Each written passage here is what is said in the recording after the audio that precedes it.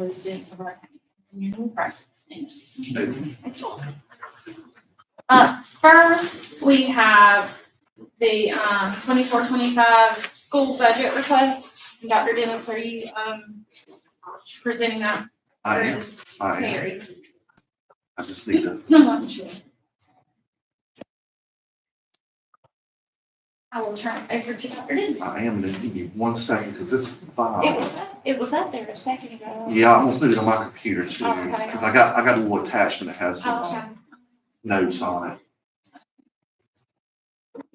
And I guess since it was laying idle, it won't be just. While he's doing that, I know that, I had a request to amend the agenda. The order, so wanted to amend the agenda to include a closed session. Dr. Best needs to talk to us about Yeah. that. Okay, so, I will entertain a motion to amend the agenda to add a closed session. After, part E. Move to amend the agenda to add a closed session. I have a motion, Second. and a second. Any discussion? All in favor? Aye. Any opposed? Thank you. All right, now. All right, got it now. over to Dr. Dennis. Okay, so, what we have is we have an itemized, local funds budget request. We've done it differently. We have years past, I know especially with guidance from the finance committee, we decided to really kind of drill down into when we request the money, this is exactly what we want it for.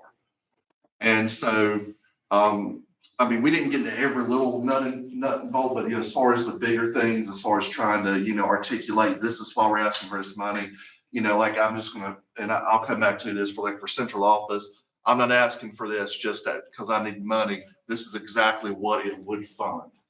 And that way there's more transparency, and I think it gives a better picture of, well, this is what we're trying to fund. When the county goes to their funding, they can look at, well, what are you gonna fund, what are you not gonna fund? So, essentially, I know it'll be up to us to decide when we get our money, what we fund as far as all this. And that's a conversation once we get our allocation that the finance committee is gonna have. We're gonna have to get together and say, well, what are our most important things? Some things have to be funded, we know that.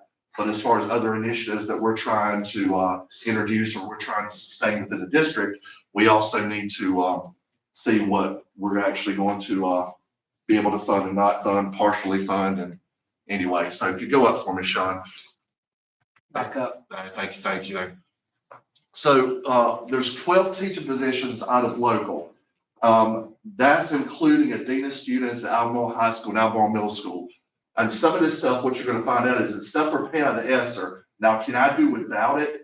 It's possible. Yeah, I can still do without it. But there has been some positions that we've put in place that we've really needed that we were able to afford because of Esser that have really helped in some areas. And if you look at a dean of students in Albemarle Middle and Albemarle High School, especially looking at trying to, improve. And if you're trying to improve results at the high school as far as SPG goes, or, however you want to look at it, then you need some things in place so that the principal and some administration can really get in the classroom. So what's SPG? The school performance grades. Okay. Sorry about that. And so that principals and all can really get in the classroom. You don't want them to be encumbered with discipline or student issues and certain things that come along that would preclude them from being able to get in these classrooms. So there are teaching positions in that, there are extra teaching positions, and there are dean of students, some other things that we want to do. As far as those are the two schools for that. Now, central office administration positions, we get an allocation for central office, and it's not by position. So you get the allocation of the money. Terry, I think it's probably 800-some thousand somewhere, or something like that. A little more than 900,000. Okay. So this went up a little bit, but we get that, but you can't run central office on that amount of money. And by central office, I don't mean necessarily also the people just sit up in here. There's other people as well. So we kind of put what we pay out for central office administration out of local current expense. and that's accountability director, which that's 10, being it does testing and accountability. Our chief academic officer, student data information director. We have student services director. Now, something new we had that come out of ESSER is safety and security director. But I think we'll all agree, whenever we parse all this out, we have to have a safety and security director. It's imperative that, and most school systems do, it's imperative that we have one as well. I will say, I think the one that we have does an outstanding job, and it's important that we keep that person on. The maintenance director, chief technology officer, assistant, transportation director, assistant finance officer, board members, the money you guys get gets paid out of this. We also have another ESSER funded position, which is the director of community engagement, that if we were to pay for that, that's going to have to come out of local current expense because we've been using ESSER for that. And we have a program, AVID, which is Achievement Via Individual Determination, that we've really kind of built up in some of our middle schools. And I know even West Stanley Middle School wants to be one of those exemplar schools for AVID. And we have a coordinator for the entire district that we have had to pay out of ESSER. And that's a program we really want to stick with. The way we do our program is we do it as a leadership type program. It's also picked up a lot of traction at North Stanley Middle School, and we'd also like to move that into a high school type class as well. At the high school level, at least my vision, be more of an elective type class. I remember a school that I worked at, I was an administrator, I was in charge of AVID, and we had a lot of first generation college students, and 1 year, 100% of them went to post-secondary educational opportunities. So it's an effective program. Question before you move on to the next thing. Any of that positions, is there any grant money out there that grants can be written to offset any of that? Like community engagement or AVID? Because we don't have a grant writer. Sure. but- I looked into a federal grant. Terry and I had a conversation that may have possibly paid for that one. Mhm. But again, it was like, it was just a multi-year grant. It wasn't reoccurring, so you would have got a few years of it. We looked at the possibility of one of those, but when was the application period for that grant, Terry? It wasn't current, was it? That federal grant? I can't remember. I'll have to look. April, into April, I think. Yeah, let's- I know we're gonna get that question because I've had that question posed to me. You are, but- Commissioners, and I just didn't know. I won't be able to get a grant for that one. That one. None Yeah, I of know that. some of it you're not. That would probably be the only one. I wasn't sure about AVID. No, I can't, I won't get a grant. Well, I will say that I'm not aware of grants. You would have to do it. It's not would be an AVID grant, and I would have to look. So I don't have all the information, but it would have to be something where you can get a grant for some type of school improvement type initiative, Mhm. and you'd have to loop AVID into it. Okay. And to see if it will pay for that position. Just thought. Yeah. So AVID is being taught currently, and how many schools did you say? So I know it's big at West and North. Albemarle doesn't have it yet. I know they wanted it. They want- yeah. Yeah. But we're looking to expand, and what we did was we used ESSER money to really get it kind of going. And so a bulk of the stuff that we need as far as training and all that stuff's already been paid for. And so really, I mean, there are some things that we would need to pay for, but we looked at that person to help sustain with the training and doing some of that too. Now, there are gonna be opportunities, we want to send them to AVID conferences and things like that, and we'll have to pay them out of our professional development budget.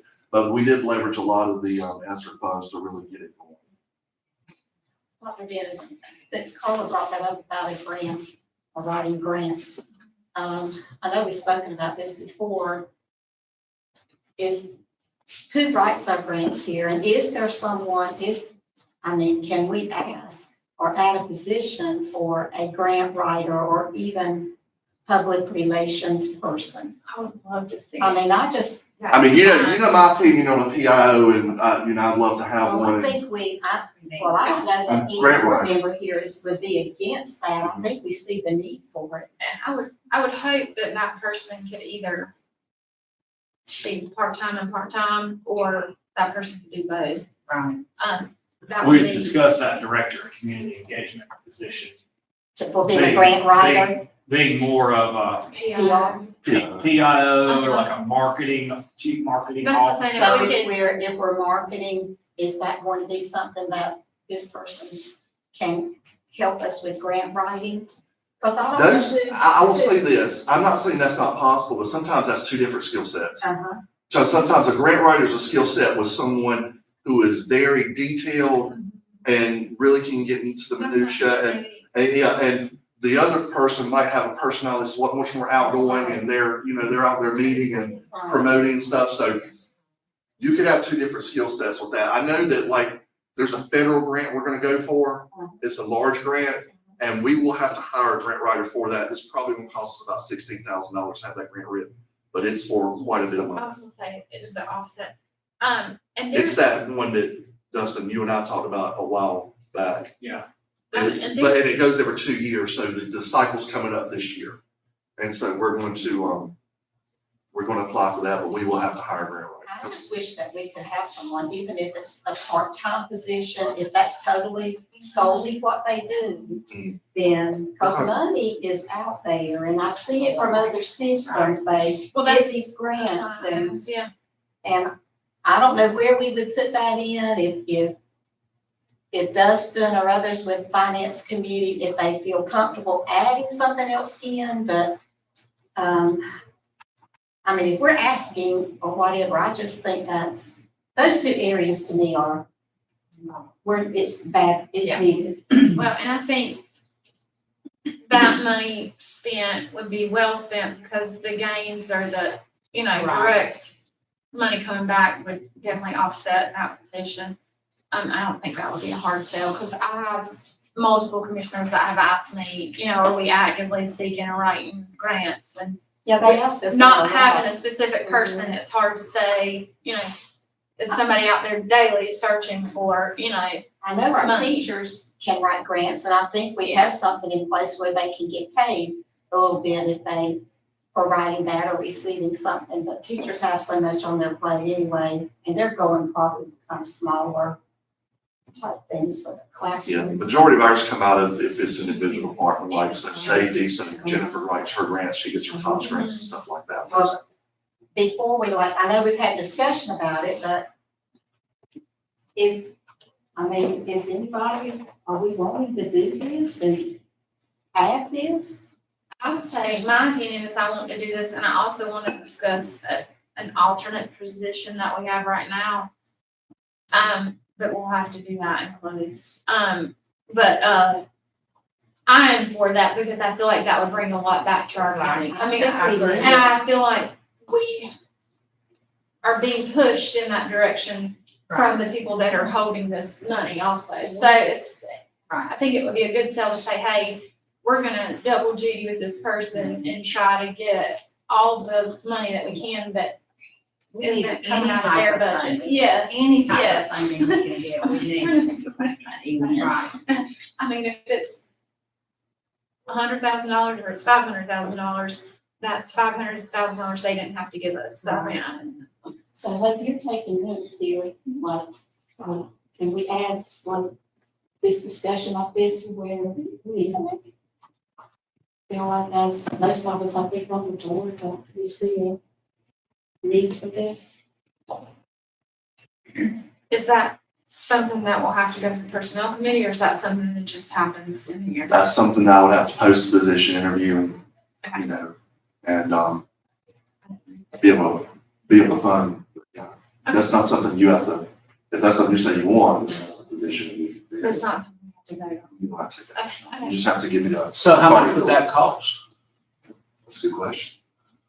And Depends on who you get. me personally, I would like for it to be part-time grant writer and part-time PIO, and if that's not the same person, that I'm okay with that, but it's just my. And again, I just, with full disclosure, I'm not saying it couldn't be the same person, but those are two different skill Yes, but sets. I mean, if it was, 20 hours and 20 hours instead of, I would like to see school systems that are near our size. What do they have? Do they have these positions? And I know when I was looking at some other ones, and the two I was talking to, they're smaller than we are. but they contract through there. Yeah, I talked to Rowan and they have, just for their PIO person, they have a PIO person, they have a Facebook marketing person.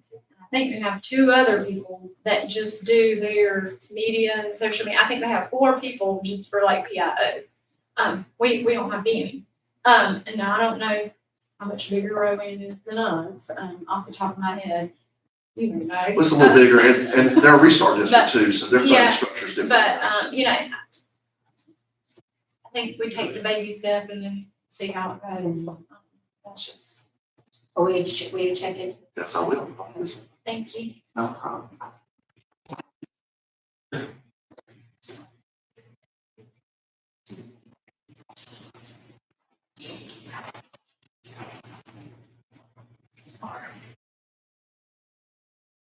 So other positions, we have 23 student data manager positions we're asking for. That will be 1 at each school. Transportation positions and bus drivers, that's just what we have to fund. Mr. Benton has 14 maintenance positions. It's paid out of local current expense, which that's a lot of districts pay for their maintenance out of local. I don't know any don't, but there's 8 athletic directors. That's what we think coaching supplements will be next year. If we have to pay a coach at all the positions that we have allotted for all the different sports. The principal and assistant principal supplements, that's how much it'll cost to sustain those. You'll go down. Now, we are switching away from ESS. So as far as teacher substitute goes, we should have a savings on that. But we budgeted at that number, and we'll kind of see where it pans out. As you know, we are going to hire someone who, that's what they do is subs. And we have that position in place now. So that's what we anticipate all that end up costing. Were we able to, bump our substitute pay any with Jeanette? I'm gonna wait and see where we are. Okay.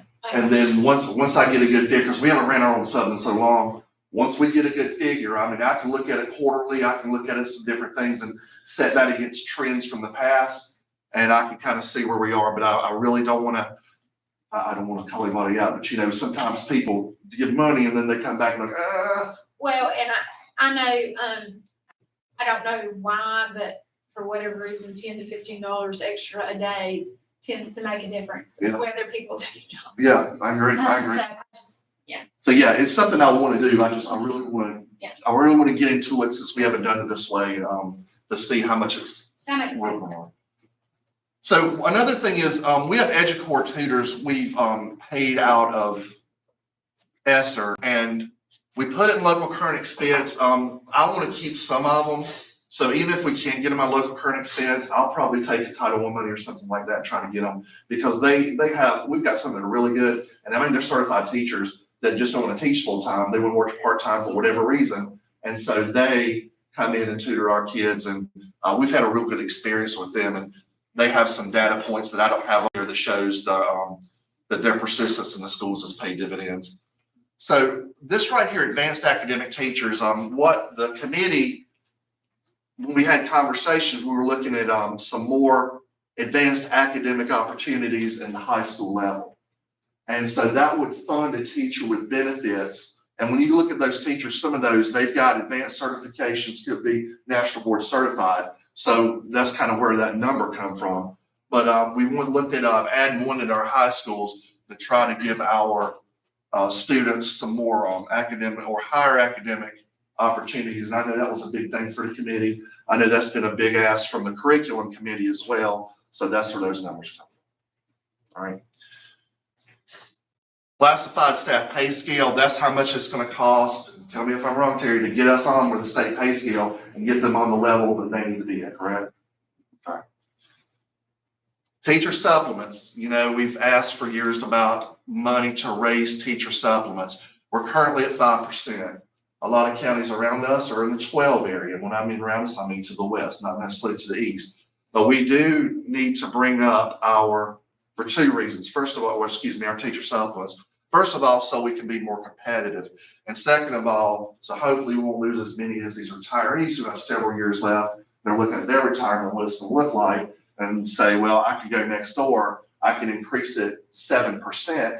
And that makes a big difference when you retire, because that's your, the best your highest for. And so we're currently at 5%. That's correct. We're currently at 5. Cabarrus is at 12. I believe so. Didn't they propose in their budget to go to 13? And I know Charlotte Beck's also proposed to increase theirs as well. Yeah, and just to remind the board and the public on the classified pay scale for 1.125, that is a mandate from the Department of Public Instruction. I think it's a positive mandate if it's unfunded, but this board and the committee for the last two budget seasons proposed to correct the classified pay scale. Correct meaning you work here for 20 years and you never got a raise. You give it a step. And so when we went to $15 an hour, some managers were, been here for 20 years are getting paid the same as an entry level. So the Department of Public Instruction has, it gave us one more fiscal year to adopt the Office of State Personnel pay scale. So anyone that's state paid, bus driver, cafeteria worker, custodian, that are non-certified by the state, we're gonna get that pay scale. Fair labor laws require us to pay their colleagues the same that are county paid. So that's a must. So will that go up by a step thing every year after that, a little bit? Yeah, you can look up the Office of State Personnel pay scale and it gives you those steps and grades. So they give us 1 year. They adopted it, beginning July the 1st of 2023. And I don't recall the moment we had to request, but they did give us 1 more year to adopt that. Yeah. Because they were saying some had to adopt it by December. As of July 1st of 2024, we have to have something in place. And the pay scale that's out there is a minimum, maximum, and we're doing a breakdown based on the year of service. And I passed out a draft on that pay scale that I had created sometime back that gives just a fraction of a percent increase between each step. So at least people do see the increase for the more years of service they give Stanton County Schools. When it comes to the scale, we have to be better. So, but he's created a scale that helps them, as far as the way they go up. And also just for the Understand. public and the board on the teacher supplements, to remind everyone, a couple of years ago, it was a flat dollar supplement. And then the board approved to go to a percentage pay, which at the time was in the 4.5% range of payroll. And then the following year, the board approved to go to 5%. So our goal the entire time was to get to 8. We felt like we could be competitive at 8. My wife reminded me that when she taught at Albemarle High School, it was a $500 supplement for them. It was That basically low. was it. What are our counties, I know you mentioned Cabarrus or whatever, but like Montgomery, our other surrounding small counties, Montgomery, do we know what their teacher supplement even is, or Anson? We looked at it at one Yeah. time, and theirs wasn't a percentage.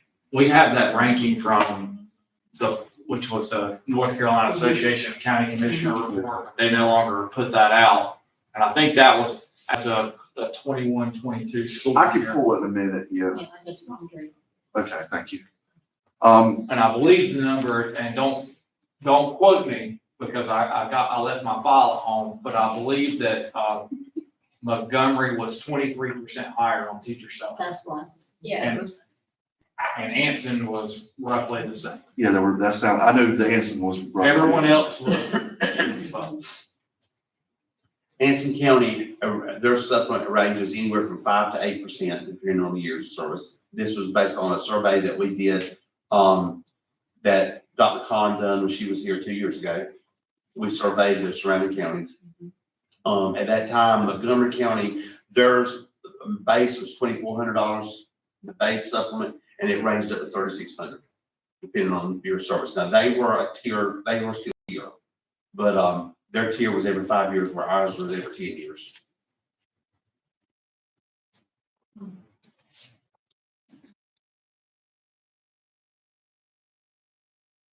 Hard staff bonuses, right now, we're, our 2 city secondary schools, we're paying them hard staff bonuses. It was for recruitment retention, I asked, or of course, those monies go away.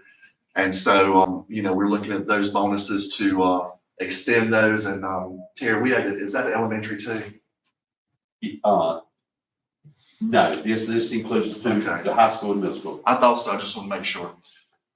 We have 4 secondary instructional coaches that we have to pay. The teacher academy is something that we added in there, and the impetus for that was we have a lot of residency teachers, and that number keeps going up. I got some statistics last Friday that I'll share with you another time because I haven't had time to parse through them yet. But it essentially says what we all know, that the number in the state at least, of residency teachers is going up at a pretty good clip. And these teachers that come in, they do not have, first of all, they have their certification because they're going to work on taking the classes they need in education. So they do not have a formal education degree, or they don't have a background where they've been trained in education. So essentially you have someone that's coming from wherever they're coming from, just a 4-year degree in whatever, say 4-year degree in biology, and so they come in and teach. And since we have so many, we have a mentor program and we have a beginning teacher support person. And actually, when I was in my conference, I even talked to a guy, I think he was from Arizona, and he was from out west somewhere. And actually he was from up north in near Pennsylvania. And they have something to where this teacher academy would have 2 people to run the academy. He's got 4, I believe. And their only job is to go out and help these individuals. They provide training, they provide support, they have a caseload, and that's all they do. Because, right now we have one BT person who runs the BT program, and they have a mentor. But I think what a lot of people forget, the mentor is teaching 3 classes a day at say their secondary anyway. So that obviously limits their ability to come into the classroom and really help this person. And so if we had that teacher academy, the individuals in that academy, their only job would be help these beginning teachers, and especially these teachers on residency. We're hoping that a couple things. First of all, that they'll want to stay in education because they're getting the supports they need, especially when it comes to behavior, curriculum, things like that. And also we're hoping that it will increase as far as, how well the students are doing in their class as well. And just to clarify, kind of like Dustin did earlier for public and general information, that's to help teachers make good, effective lesson plans, to help make sure they're staying on their Pacing gun. pacing. I was like, what's that thing called? And then help them with like classroom management, that kind of stuff. Because those things are all still very new to a beginning teacher, that are very important for their daily success in there. So They are. When your mentor's teaching full-time and your principal's doing whatever they need to do, they have times to come in there, but there needs to be more intervention for these teachers if we are going to retain them and if they are going to be effective. And so those would be certified teachers that can demonstrate that they've, have success in the classroom, and they're teacher leaders. And that would pay for their salaries and also give them some budget for some materials, supplies, things like that. So that's something we want to start. I know there's another district near us that's starting something similar to that as well. So Are these people that are, one that would be within each high school? no, again, as we start this, you would look at someone that would deal with secondary and someone deal with elementary. And then we would have them working with those individuals, and there'll be opportunities also for them to bring them in and do staff development during certain times. So you know what this reminds me of? Reminds me of Project Youth, Project Youth was, doesn't it? Reminds me of Project Youth. You ever heard that? No. Well, Sean Britt has on that. Yeah. Sean, is it? It was torturous, wasn't it? It was very good for It starting was good, teachers. it was good, It was but very then it good. was, it really needed a lot of tweaking, and that's the first thing in my head was, And so, but as far as these people right here, their main task is really going to be to work with these people who have just started. Like and they're going to work with the others too, as far as the BTs who have like a year under their belt. But those who come in, you take them under your wing and you help them, and we tell those teachers, this is your resource.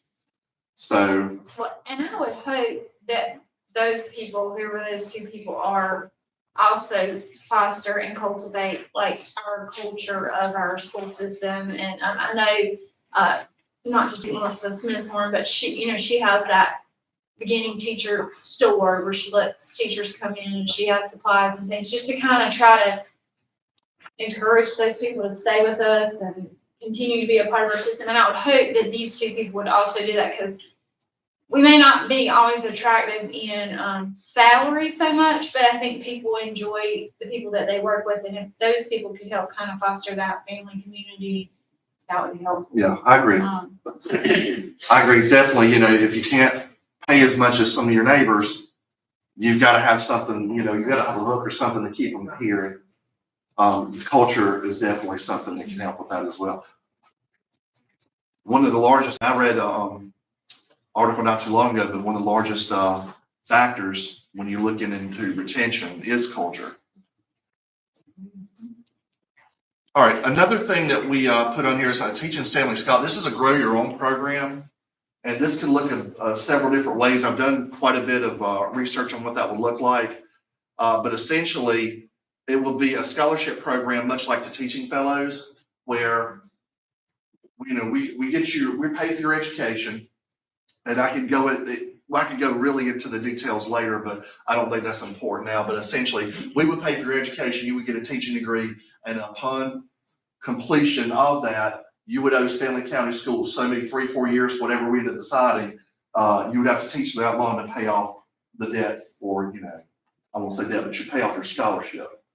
And, you know, since they're not lining up at the door, beating down the door to come teach, we figure that if we can take some of our folks and get them into teaching, get them excited about it. And another thing I'd like to do with that too is kind of incorporate, that's escaped me. You know this, Ms. Gibson, teacher cadet, thank you. The teacher cadet type program too. Something I think would be good is, even if we didn't do a full program, if we could take some of those kids interested, kind of like an FTA model or something like that, and get them involved in some different things, like whether it be going to elementary schools and reading to kids, whether, you know, we set up or find a conference outside of the district these kids could go to that's geared toward young people in education and give them some experiences. So that is essentially a Teaching Fellow Scholarship in Stanley County. And we'll start testing it with a couple kids. And if it's successful, then we'll try to, you know, keep replicating it. So can I ask you one other thing? With the teacher cadet program, because it's so successful in Cabarrus County, we stole the teacher that's over that from Moore Stanley High School. Her name's Tara Furr. And she's at Mount Pleasant High School, I think, still there. And she does a phenomenal job with the teacher cadet program. It would be nice to contact. Yeah. How do they work this? Is she just at Mount Pleasant? That's her only school? I think she's only at Mount Okay. Pleasant, I believe. I was just curious. Mhm. Yeah, when I was a principal, we had a teaching cadet program, and it was an elective class. And so you took that elective class, I think there were two, one and a two. Mhm. And when you took that elective class, that's where they really, especially as they were seniors, we really got them into schools, That's it. working with kids. Juniors is more classwork and things, but then Yeah. the seniors, That's right. you are in the school. Every day. Yes. You have that cadet teacher. in That- the classroom. That's the model I'm familiar with. Mhm. So Tara Furr is someone to reach out to. The rest of the things are stuff we already pay for. Our utility and energy costs that come out of current local current expense, maintenance and repairs of facilities. These aren't large maintenance projects. They're smaller projects, or maybe we contract someone out to paint a couple things. So those are the smaller projects. Insurance dues and fees, the contract services, which unfortunately seems to increase every year, especially as it's harder to find certain people. And what kind of contract services is that? Well, some of that's like lawyer's fee. What is it? What have you got in here, We've Terry? got lawyer's fees. We've also had to pay for some EC services. through local funds. Yeah, And so right now it's costing us so much for EC services that we're having to pick up some stuff in local. and that's what I was gonna allude to. It's so hard to find people, like especially, Speech yeah, Well, we go to those psychologists, people like that we have to pick that Even, up. those specialists that have to do like one-on-one, work with students Well, can be. What's happening now, and if it becomes a trend, it becomes a trend, but it's not, it's costly, is now what I'm seeing more of is EC teachers being contracted, like classroom teachers. So, And we currently have a few of those as well. you know, but there's some districts have a lot of them. Mhm. So these are 12 resource officers we pay for, and I put this number if the grant funds are not received. I do not anticipate being denied the grant funds. I wish the state would just kind of come up and say, here's your amount to use every year so we can plan it. But I have to put that number in there in case for some reason they weren't to fund it. I mean, you know, there's a short session coming up, you never know what could happen. Now, granted, I'm advocating the other way. Hopefully, you know, we do get some more money from the state for that, but that's where that number comes from. So on that number, I remember the grant being roughly half of the officer's salary and benefits and combined, which was in the 36,666 or something funny number. And so that number, if we got the grants, do we cut that number in half? It won't be. You're not gonna cut it totally in half. Okay, Because if you look at once you pay, the deputy and once you pay their benefits, is it like $75,000 or something? Some of the deputies are as much as 80,000 or something. Okay, so that's kind of where the level you're existing in with that, so it'll pay 36,666 of whatever. but the 12, that 938 is like the full shebang for Yes. 12 officers. That's Now, correct, yes. Does that 938 include equipment and car, Um, or is the county picking that up? The county, okay, I can answer that.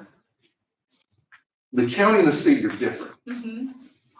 So with the county, they outfit their people unless I've been told differently. The city, however, we do pay a portion of that. Because I know other schools have to pay a portion of the car and the equipment, and I didn't think we did that for all of ours. I just want to make sure that everybody knows that, We're paying a portion for the city of Albemarle's equipment. yeah, you have to. for- Every 6, whatever years they get a car, we pay a portion. Yeah. And why are we paying for that and we don't have to pay for counties or other municipalities? Because it's APD versus Stanley County. Yeah, that predates Um, me and I a lot of stuff. think- I've asked that question before and I got kind of the same answer I'm giving you, which ain't Well, perfect answer. The answer I got, now, whether this is legit or not, I didn't ask the police chief, but through a roundabout way was the county who pays us pays for their cars and their equipment. So Jeff sort of felt like the county's already paying for that and this is a county service. I don't think APD was under the same impression. Don't print that in the paper because that's So that's in there, just, you know, a conversation, but Who's MOU the city. yeah. with the county? So the city, the The paying city, for, that's in the yeah. MOU that we pay Yeah. for that. But the memorandum of understanding between the school system and the city of Albemarle, Yes. and when was that done? Because if it's an MOU, it's not written in stone. Right. It can be sure. I think renegotiated. that was done at that meeting at the airport, that Anthony's the one that drew that up that day. Don't you remember that? Oh, I remember that. I can't remember if he put all that in there. That was for the sheriff's office because Jeff had proposed that they would cover all the equipment. But I think he also did the APD one, if I'm not. Let me do a little research on that for you. I'll get back to But you. I'm not 100% on that. I'm just, Because I'd like to know, like, if we went back and looked at the MOU and we decided that, well, I mean, we're a school system, we're not a taxing authority, and we said, well, we're not gonna buy your equipment, are they just not gonna staff Yeah. the Albemarle School and then respond to the issues that we may have at any one of the Albemarle because schools? Dustin, I know one is gonna be CFO, is mad, because he has to pay for part of car and part of equipment for the county, but we don't have to. He's like, well, why do I have to do it? You know, I was like, I don't know. Well, we can definitely run You'll that have- through safety you'll and have to tell security me. and go really get into The that. MOUs are done every year. We have to do it every Okay. year. So we can address that this upcoming year. I think it should be, Yeah, we'll send that to the committee. I guess. I just, But I mean, that kind of knows. I just knew it was different. Yeah.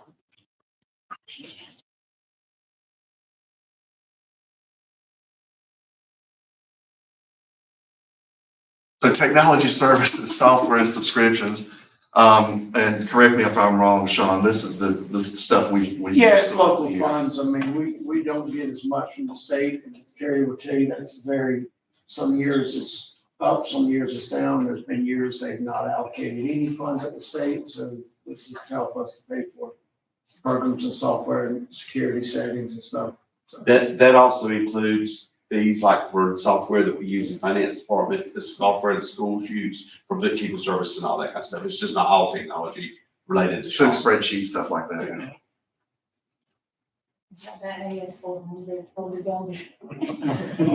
And just remember, that fee might be greater next year because I need to change softwares by the end of June of 2025. I'll pay whatever it is to move, I'll pay it for.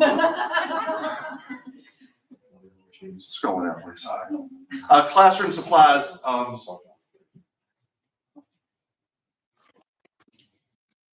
What, when you say classroom supplies, what, that's what we give to the schools to buy stuff.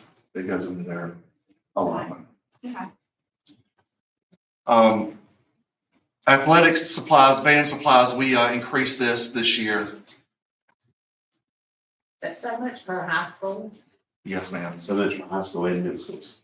I think it was roughly 33% at the high school and about 50% at middle school. This is what now, let me explain this number. Nobody get excited. there was some confusion about that. There's some confusion about this number.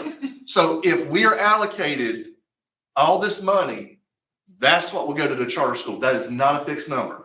So it's based on what the local current expense is given to us is what we would have to pay them. So that's where I got that number from. That's not what we're probably gonna pay them. It's a percentage of what we get, correct? What you do is when you get it, you do your per pupil allotment and then you pay out the number of students to each charge. Is that the formula, Terry? Yes. That's the way I understand it. Okay. We're saying roughly that there's 100 charter school students.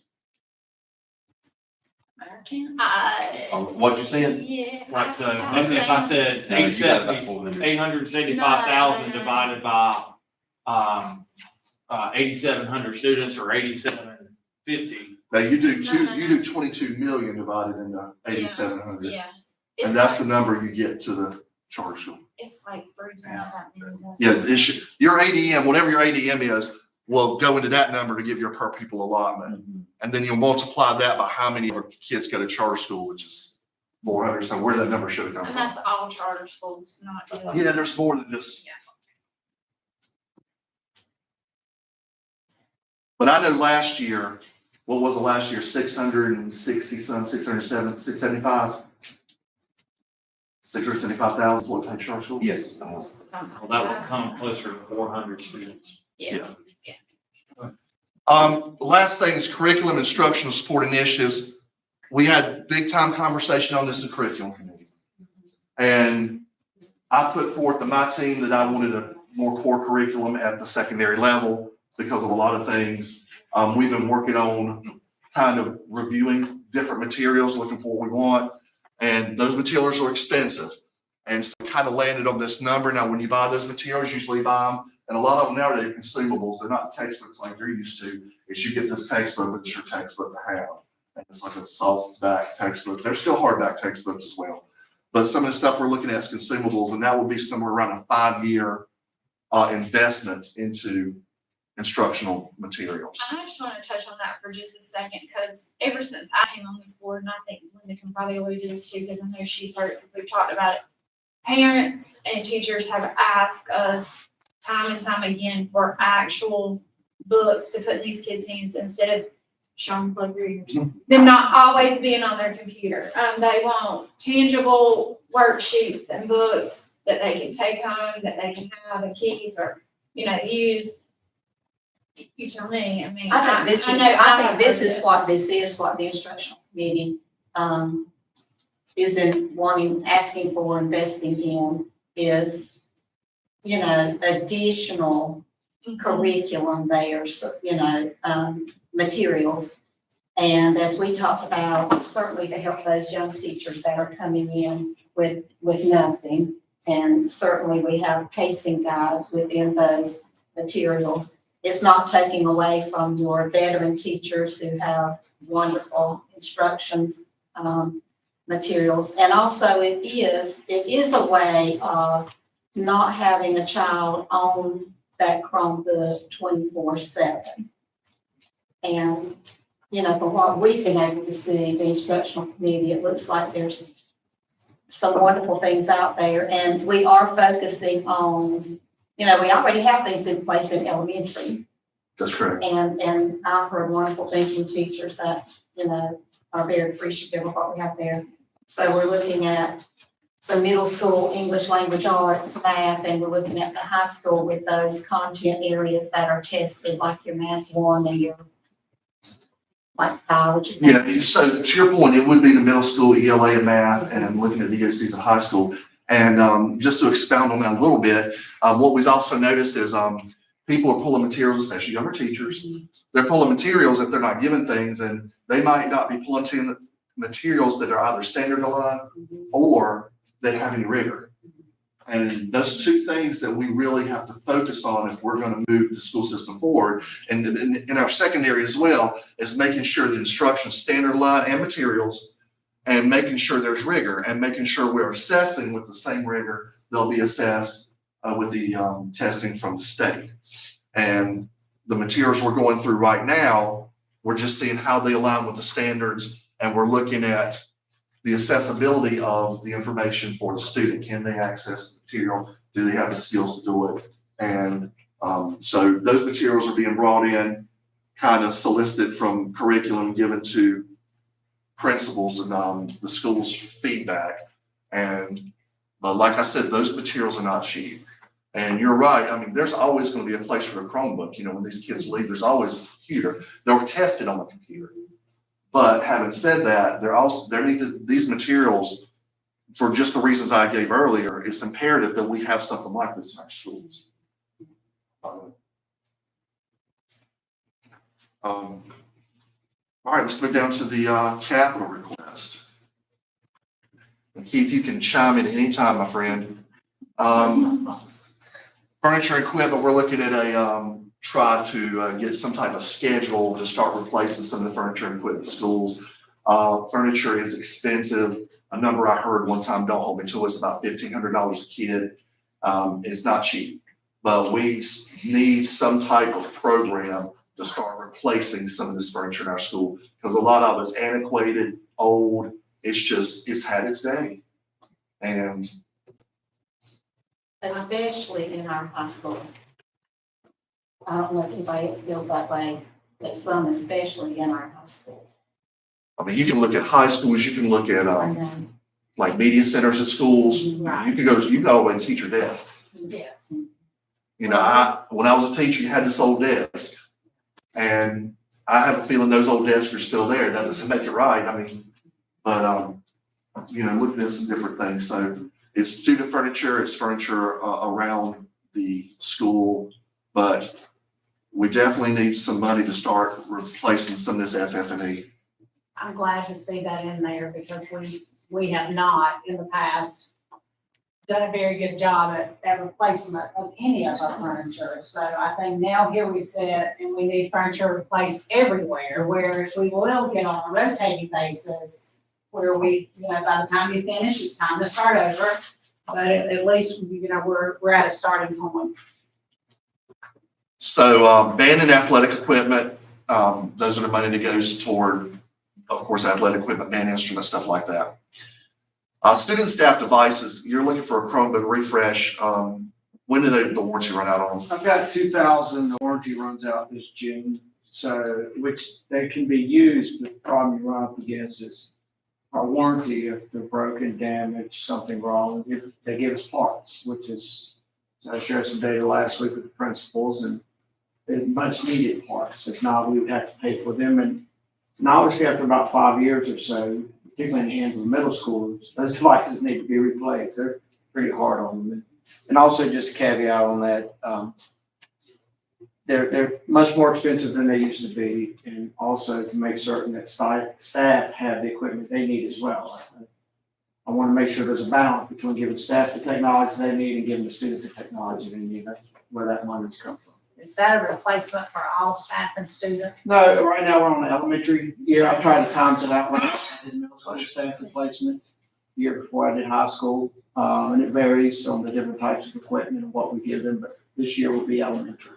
Although our things are, you say the warranties run out on, I'm sure they're outdated, but did they do any kind of buyback of any of those? Yeah, I got a recycling contract, you know, but honestly, like I said, when you put a device in the hands of middle school after 5, 6 years, they've gotten every bit of dime out of them. So, I mean, we do a recycling, which we do get some nominal money, but again, yes. So we try to get as much out of them. I mean, we got middle school devices now going into next year, their 7th year of use.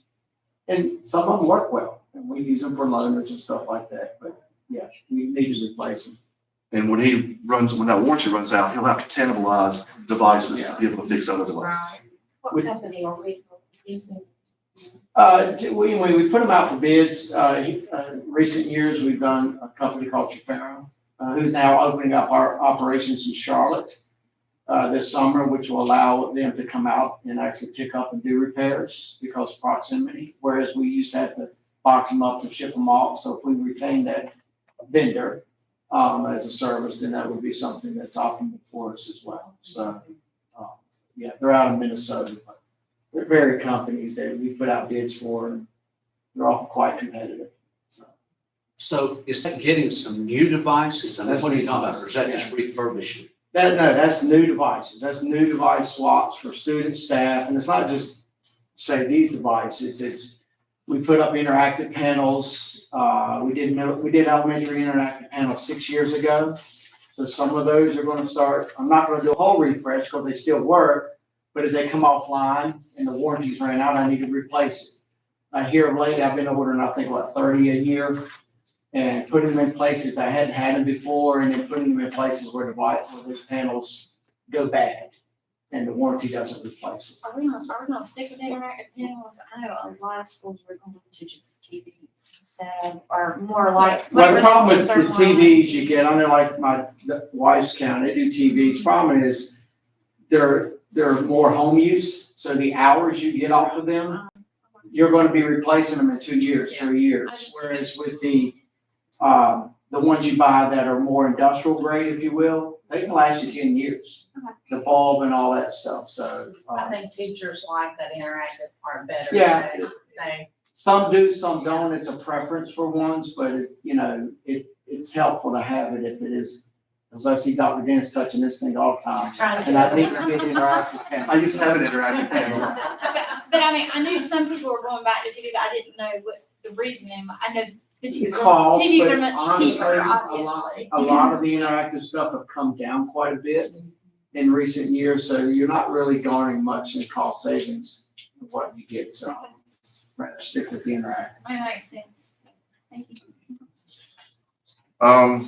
So the intercom repairs and replacements, you've got one more you want to add? Yeah, intercom system, we've done 8 in our elementary, 4, replaced all our high schools with a new upgraded intercom system. What remains are 4 middle schools that were built around 2000. So those intercom systems are 25 years old. They work. The problem you run up against now is the parts for them don't exist anymore.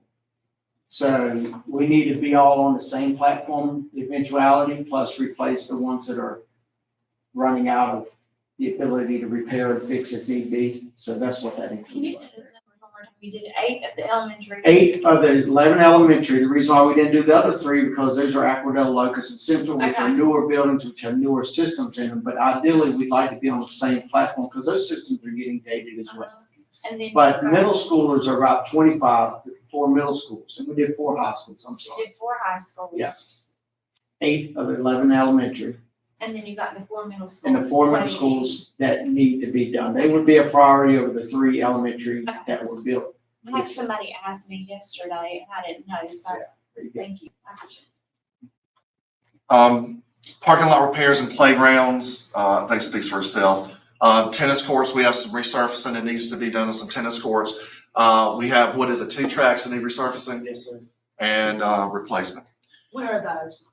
It is North Stanley down one. North Stanley and Elmore High. Yep. We did some patching work at Elmore High, just to buy them a little time. It's just, it's getting rubbed down to the substrate, so they have to be redone. And in some of these numbers right here, if I can add, so like your tracks and stuff like that, being that this funding will come open in July, the window to do your tracks is gonna be very short. So, just know that we need to finish them before it gets cold, and then you're gonna start back track season in the spring, and you're not gonna be able to do it then. So just because of the funding exercise when it comes about, And you gotta work around football and too. you had to work around football. So part of the discussion in committee, and correct me if I'm wrong, Mr. Benton, was, based on your prior experience that, with the commissioner board and the school board working together, that the commissioner board would release some of the, capital outlay funding earlier. Yes, sir. Since we're exiting school, before Memorial Day, this would allow you and your team, to get a head start and get a lot of these things done, prior to school start. Yes, sir. Okay, so that was something I think that we were gonna wanna ask, Correct. as, kind of an agreement moving forward. It's a good fundamental practice to do that. Release it early. Here's some asks for roofing and painting and window replacements, awning canopy repairs. There's some ADA improvements that need to be made. You always gotta stay on top of that. You've got an HVAC replacement. Is that a specific one? That one's gonna be specific for Indy. That's what I thought. Okay. Indy's chiller is on, and now, just to bring you up to speed on HVAC situations, we were notified the other week that 410 now is being rotated out of the system. So now all the R22 units we have, still currently running. Now R22 is flushed, gone, inventory's gone, and now we're on 410, which there are some of the units that have been replaced over the past couple of years. So now we're almost 2 units behind. So you have to use reclaimed Freon for We'll that? have to use reclaim 410 Freon now. And we used reclaimed R22 and we just don't have. I We think don't have it. You're out, used that last little bit. Yes, sir. Okay. It went in Indy the other day. This has been an ongoing issue, right? Yes, sir. Well, at least one of the high schools and maybe other schools where, your team is having to purchase refurbished parts. Yeah. For the HVAC system. Correct. They've been purchasing parts on eBay for many, many years, and we've been buying R22 on eBay and then reclaiming it as we put newer units in. We've been taking the R22, saving it, knowing that we have those units, and 410's going in the newer units, when now R22 is gone and the 410 units are being phased out now. So now we're 2 units behind. And It was R22, noted in the 2015 facility study that, that all of our HVAC systems were, either out of date, going out of date, and were in need of replacement, at least at the high schools. Yes, sir.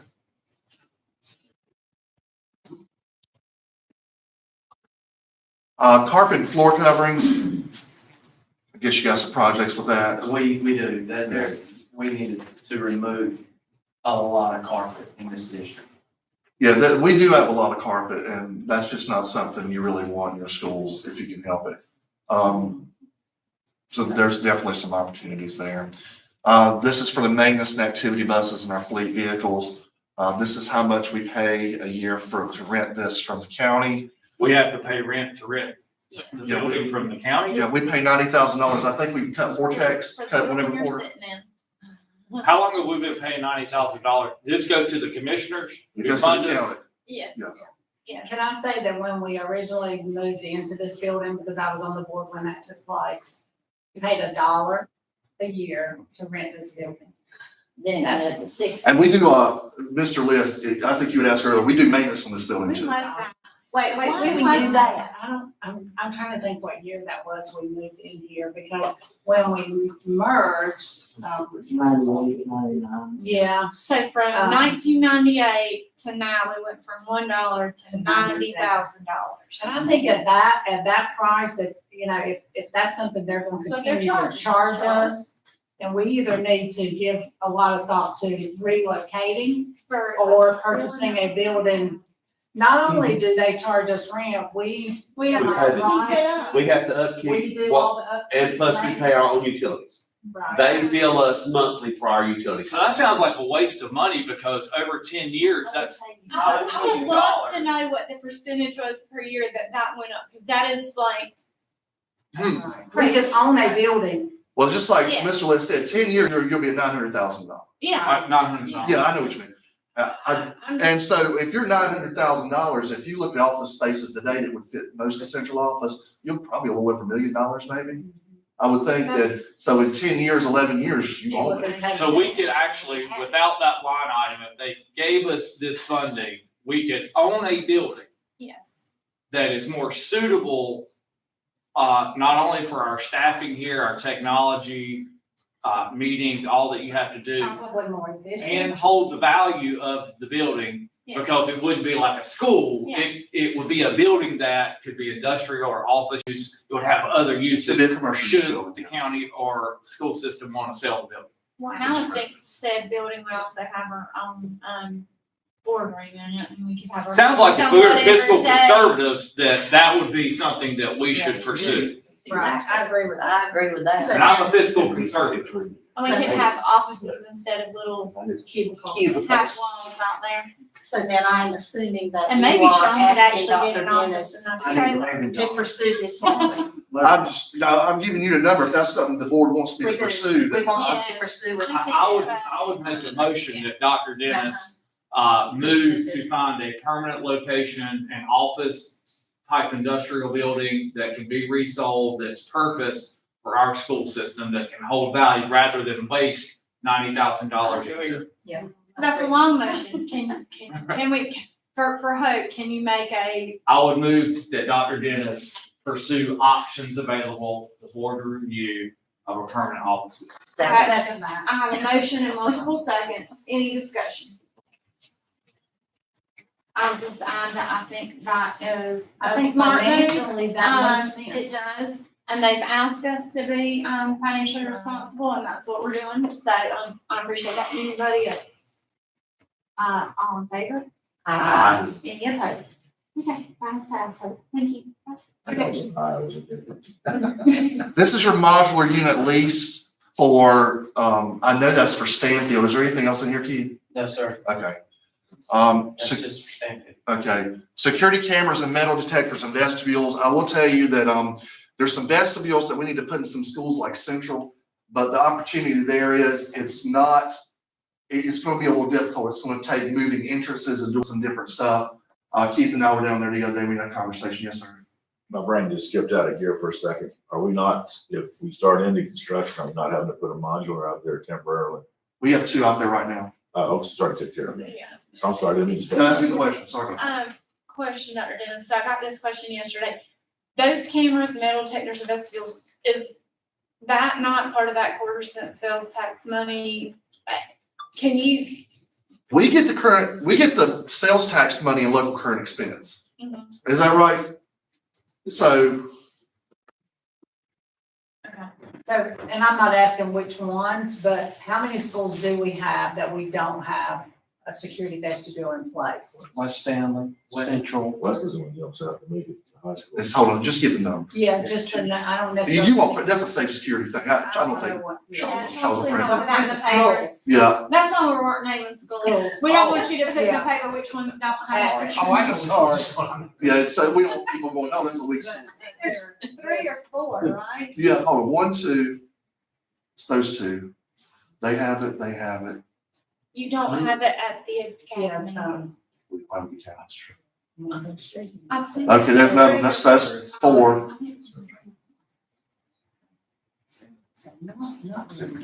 Mhm. Most of them were able to be done fairly easy. in what we've done. I think it's 4. Thankful. Awesome. And some of these too, we need to finish. So you started, That they're there, but it's not really secure. it's not secure. Mhm. You need to finish it. Okay, And I had not heard that. Yes. before you move on, it just popped in my head, so my mind falls off the rail and comes back to me. Back to the central office, and you mentioned that, or one of y'all mentioned that we had done updates to this building. Mhm. So what updates have we done? What did that cost? And what's our approximate ongoing maintenance and utility cost? We put a AC unit, Some of the costs, I really don't know off the top of my head, Dustin, but, we've done, LED lighting upfit in here. We've done, we've put AC units on the roof. We've done some Security doors, security door system.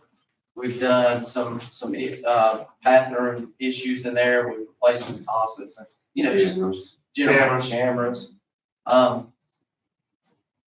So, and the unit on the roof is, my guys being there doing it, I mean, you're paying them anyway, but you still gotta factor that in. You're probably 45,000, just one unit. So did that come off of our So rent? that's not coming off of the I rent. assumed- So our effective cost of this building is significantly higher. 120. And we don't have any value as a school system that for this, like, we can't sell this building. you do not own this building. Okay, and that money that, we pay your guys and that we buy equipment and utilities and maintenance, that is factored in, that comes out of our local current expense and capital outlay. Budget. Okay. So really, when we ask for money, we have to really kind of back out charter schools, the rent on this building, the time we take, our folks to fix this building, the money capital outlay that goes into this building. So our number is effectively much lower. Yeah, Yeah. yes. Okay. Put it in context of, their constitutional obligation is to provide us with facilities, and they're charging us about basically something $150,000 a year for this place right here. Yeah. If I rent a house, I put a new AC in the roof, I expect the landlord to pay me for it. But when things all started It's changing, ironic as crap that we're paying out of money they give us to take care of our schools to fulfill their obligation to have a central office. was that happening when you came on the board, Mrs. Gibson, in 2016, do you recall? What? The money where y'all paid Yeah, rent? yes, it's been Yeah, that that's way been like that. forever. Usually what they, She said when I was on the board, 98, they would get, it was 60. They would give us the 60 and then they said they would give it back to us. Uh-huh. But the way they give it back to us is in this money. So another way to look at it is all of this money flushes through. Now, we gotta take charter schools out because everyone has to do that. Right. But when we think about per pupil funding and we've got rent they're giving us that goes back and all of the maintenance and utilities that we put into their building, that comes out of local current expense, which inflates erroneously the per pupil funding. You made my point, which I. Yeah, it looks But like, now they're it not looks giving us like, that 90,000 back, for are me, they, not Dr. the Dennis? math minded We don't person, get a it check looks back like for it. general Yeah, public, they're giving before us they $100,000 did. to $150,000 I don't think, Terry. more than you they don't are, get a check. is what you're saying, right, Dustin? Off- Because off we're the record, essentially when I turning around and questioned giving it that, right back. person didn't even know that existed. But unlike if we were That's to illegal. spend $90,000 on a 10-year mortgage, we just paid $900,000 over 10 years, but we did capital improvements and maintenance to that building. And it's like an office type And building the that can property be that it's resold sat for on, many yeah. uses, it's not a school building. Mhm. That property tends to, commercial property tends to increase in value over It time. appreciates versus. So when what we it's think paying. of a long-term horizon, like 20, 30, 40, 50 years of possibly owning a piece of commercial real estate in a county that's surrounded by growth, it's likely to appreciate. Well, if the property here is appreciating, it's not appreciating for us, it's appreciating. Right. Yeah, Exactly. exactly. Yes. Sorry to digress, I just wanted No, to no, make no, sure no. that we Yeah. covered I those think- points. It's shocking to hear that it started out at $1, because I did not know that. So that was back before the rails come off. In 98, $19.99. Sure. Yes, that's when there was a good relationship between commissioners and school board members. That's an interesting. And it's about 20 years ago that all of this sort of started changing with our funding. Right after the merger of the two systems. We built schools back then. Yes. We remodeled schools, renovated schools, we fund our curriculum. I think we're ranking back then when I looked, or Dr. Dennis, we were looking was in the 50s. I think that was the highest, was somewhere in there. You know, and before I forget too, my mind's coming back on. And before we finish capital outlay, and this is mainly for the public and for the board. If you remember, we received in local current expense a little over $15 million, if I recall correctly, last year. Up there, you saw 22.7, probably 400,000 of that's in the SRO grants that'll back out. There's a little increase on the charter schools, but my calculation shows, and this was the focus of the committee, that upwards of $6 million in that request was really three things: curriculum and academic needs, our high needs middle and high schools, and teacher and staff compensation. So we really tried to focus on the teacher shortage, retaining and recruiting our folks, and providing opportunities to our kids, and helping the ones at some of our higher need schools. So if we don't get that funding, that's what's gonna be lost.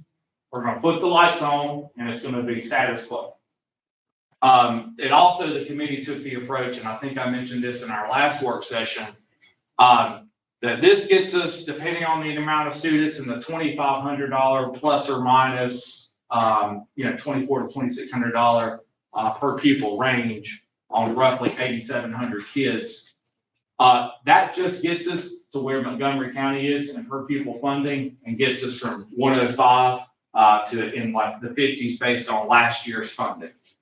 So if we get, $15 to $16 million again, we're gonna be in the same range. If you do the math and you said 16, but they gave, this has been the thing, well, we gave you another million. So if they gave us another million and we had 8,700 students, that's judged on month 10.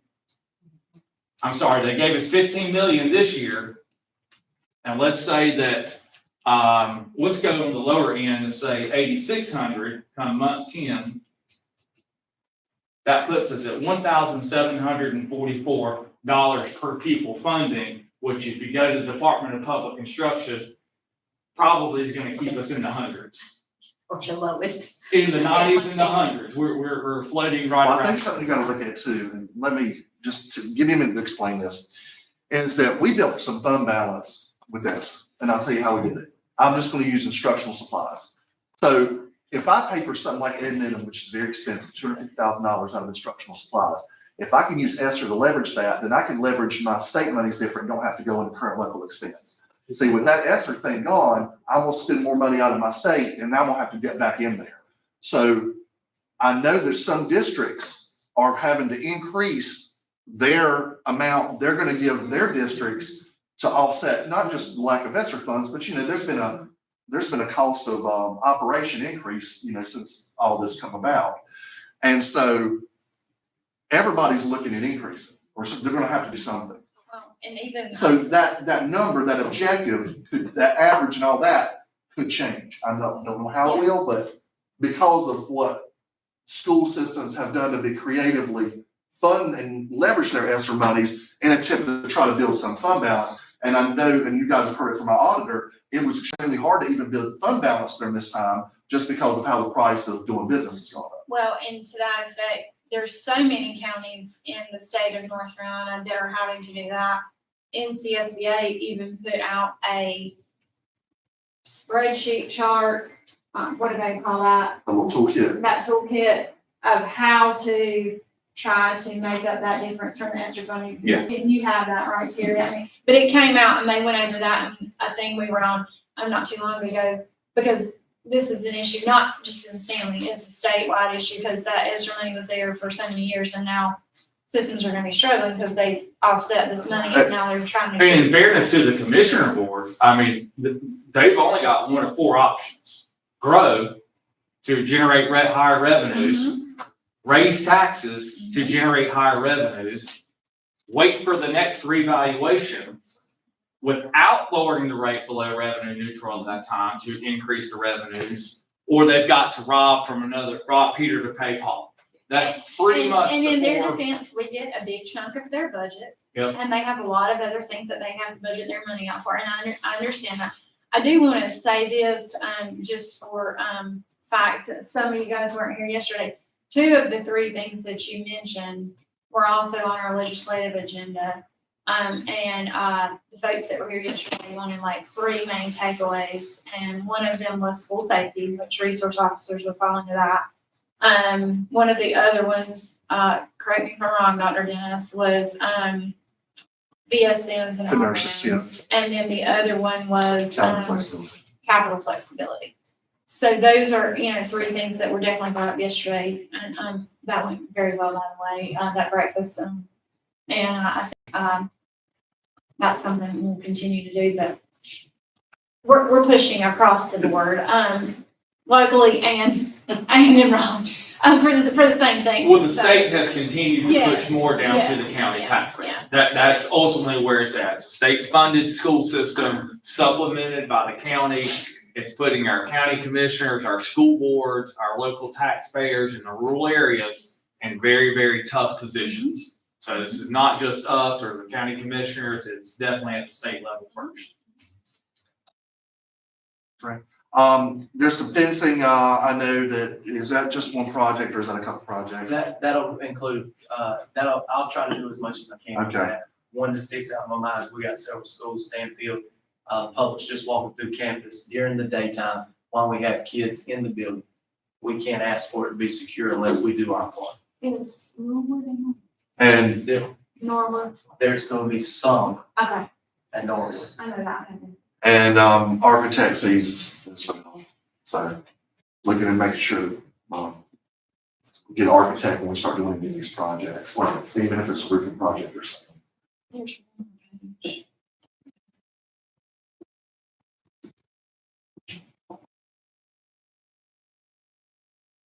Yeah, there you go. Any driveway, there's gonna be opportunity there. We're gonna have to, make some improvements on their driveway. The mowing equipment lease, and correct me if I'm wrong, Mr. Ben, we can lease all that equipment. We won't be, contracting anymore and should save us some money, correct? So the total capital outlay funds request at this juncture is just a little over $9 million. The end driveway, is that the one that, the existing driveway that you're talking We're about? looking at the whole thing, especially when we build addition. That's what I'm saying, so we're looking at Yeah, we'll the additional part that we're. Yes, ma'am, we'll have to widen the driveway. Local law enforcement has brought it to our attention, just in recent months that we are backing up on 24/7. We are. And we are. And so there's an opportunity there to widen the road, make some modifications to help with that. So if we widen it, we can change the pattern, maybe stack them, we can get more off. Now, does DOT help with that? Like, especially when it's out there in the highway car? I have never been involved in DOT helping with any school funding and improving some of that. DOT does sometimes, but where I come from, they have never funded us in doing that. We endure that all along. You know, well, he's gone. You're gone. Sorry, I heard my phone, I heard my phone ring, someone's phone ring. But I was just thinking, Terry just told me that they help with Richfield. yeah, that's what I was thinking, they help with Richfield and to get that traffic off the road, and Indy is backing up, so is that something to be contacting DOT about now? We would have to ask. CFC. Being reactive to that, contacting? I would- Be proactive, that's what I mean, not. I'll reach out to DOT, and see. But I didn't know, but Terry informed me that they help with Richfield. Right. And so, yeah, I'll be glad to reach out to them. I know, we had, back at home, we had an issue with one of our KA schools, and they come in and help with the purchase of the corner of that intersection that we had an issue with, to be able to do a turn lane, to get the traffic off the main highway. But there may be an option. I mean, we went through our local DOT representative in our county, and then he went through the state to try to get help. So we had some political influence there from that. We've We're got a little saying turn lane, same but time. it's, Yeah. it's still back. And we had talked about that too. I'd asked him, if there's something that DOT could do, like That's fine. making that turn lane bigger or something. But it looks like we're gonna need to widen that road to be able to do that Right, different lanes. right. Well, that would be, I would appreciate just reaching out to DOT and seeing. The involvement that I've had, and I've done several of these, is DOT's just come in and done the exercise with you, Uh-huh. with your engineer and your, They did that with us. your, stacking of the vehicles. Mhm. Financially, Mhm. they haven't never helped me previously where I was. Mhm. And But, yeah, yeah, so like I Sean would definitely. reach said, out. that's essentially what they did at West. They went in and looked at it, and Mhm. told you where you needed it. Right. But Well, I don't know how that came about, that they really helped us with Richfield. all I know about the Richfield is it was so bad I mean, they that did. they come up there and said, you gotta do something. Uh-huh. I don't know whether they have a fund for that, but we could definitely, Absolutely. I would definitely reach out now. I don't know enough about DOT. Yeah. But if they don't do it, we'll need, money to do it, Mhm. to do that improvement. Any other comments or question on the budget requests? Just to let you know, I did go back and pull the lease agreement for the central office. The furthest back I've got is 2013. But the original agreement was signed in 2008. But both the agreements I have a dollar amount that we pay every quarter. And there's nothing in these agreements that I have that says anything about transfer of funds to cover the costs. Well, it sounds like we need to do another lease agreement. So I have just emailed Mr. Henson to find out if he has a copy of the original lease agreement, and I've asked Hope if she could find anything in the minutes from 2008 that might be where it was signed off on in 2008. Thank you. Anything else? All right, I'm gonna move on. I just have a question. The commissioners have already seen this budget request. We sent it to them early last week. We sent it to the, it was requested, via letter from Mr. Henson. So we sent it to Mr. Henson early last week. So they made comments about it at their commissioner meeting, and that's why I knew they had already seen. We got it to them prior to their deadline. Anything else? If you look on your agenda, next up is C, Indy Elementary School District Pattern Realignment. Got your, man. Yeah, sure. Last night in the committee meeting, it was discussed about clearing up some of the students that attend Indy would then go to That's what. that split feeder pattern. And I think there was action taken by the committee to possibly redraw those lines to where there was no longer a split feeder pattern. Which essentially would mean kids that live within that ND boundary would go to West Middle and subsequently to West High. So we had a map up and it looked like right now that there were approximately 15 to 20 kids. We said 20, once the seniors graduate, they go down as low as 15. That are in the pattern to where they are in Albemarle Secondary District when they used to be in, or still are in Indy's primary district. And so it was a conversation about moving the lines back to the original line, which would encompass a small part of the city of Albemarle. And then that way you would not have these few kids that once they move on from Indy would have to switch districts. Just for public clarification, typically those 15 to 20 students we usually see during transfer request time because they have been a traditional Western End County student, and then all of a sudden they're asked to move. These are the 15 Yeah, that make the move and they don't, I feel like we always Yeah. see those same you do. same Right. residents. Right. When we looked at the numbers, and basically, there wasn't a whole lot of, there wasn't any big numbers, I guess, either way. And so our thought was just to try to, since it's the only school that we have in the county that does have a split feeder pattern, that we felt like we needed to clean that up.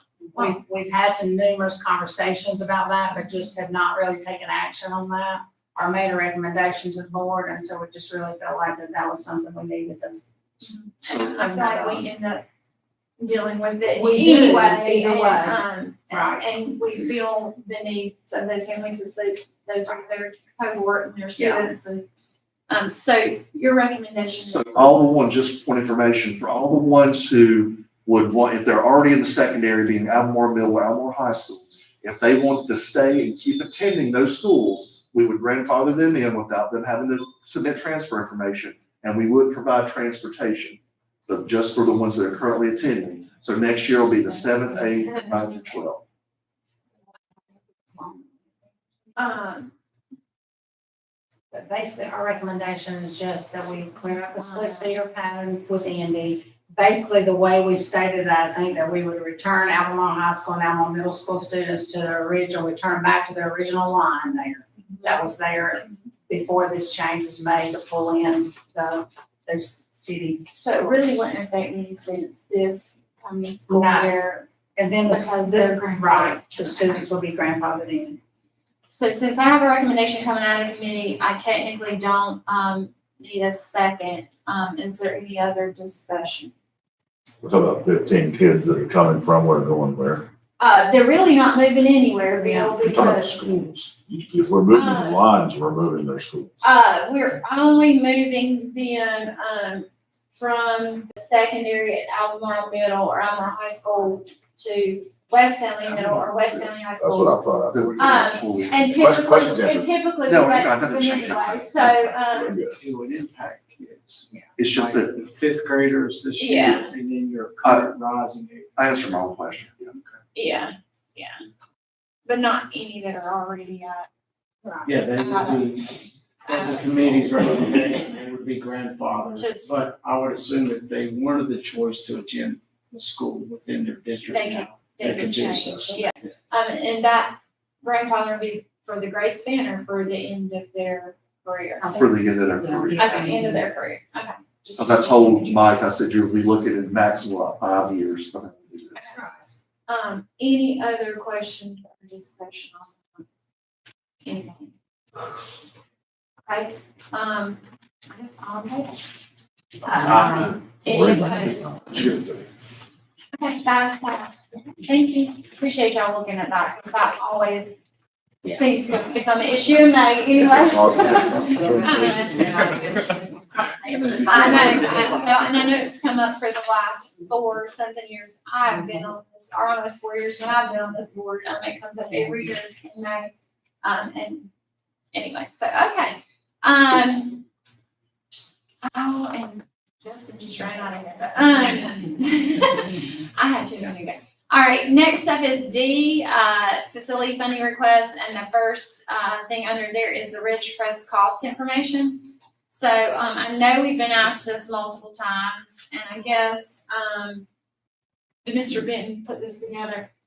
No, this is, but Just come from Mr. Benton's department. okay, I guess this is a more formal estimation of what it would cost to upfit back campus. Alright, okay. So you guys have that in your, board docs there. It's not really off much from what he had been telling us, And just note that this is just to bring it to code right. without going in depth, Mhm. with your mechanical engineers coming in and looking at everything, with your electrical engineers coming in. This is just visually what it would take as of right now. Because if they got into something in a wall or something that could, Right, spark a big change order, that's not taken into account. There is a contingency on it, but right. you can still run into some other stuff. Yeah. And I do just want to, like came up yesterday, just for clarification, this is a property that we don't Oh, yeah. clearly own. And it's 8 point whatever million down there. Yeah. That we would be putting into a campus that we don't have a clear deed.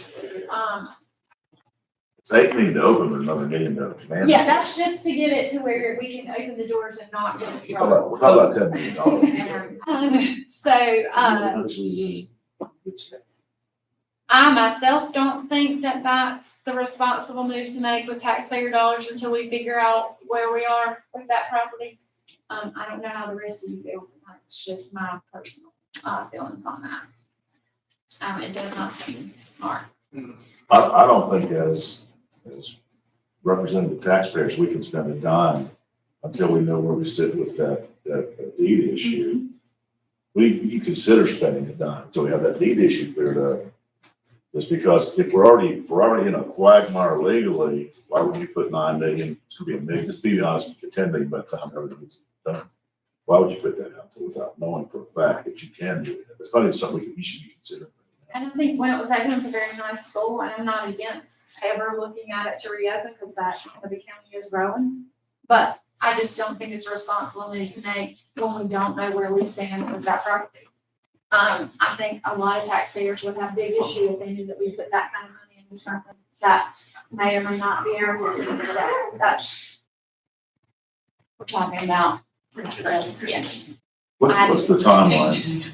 Madam Chair, what's the timeline of finding out?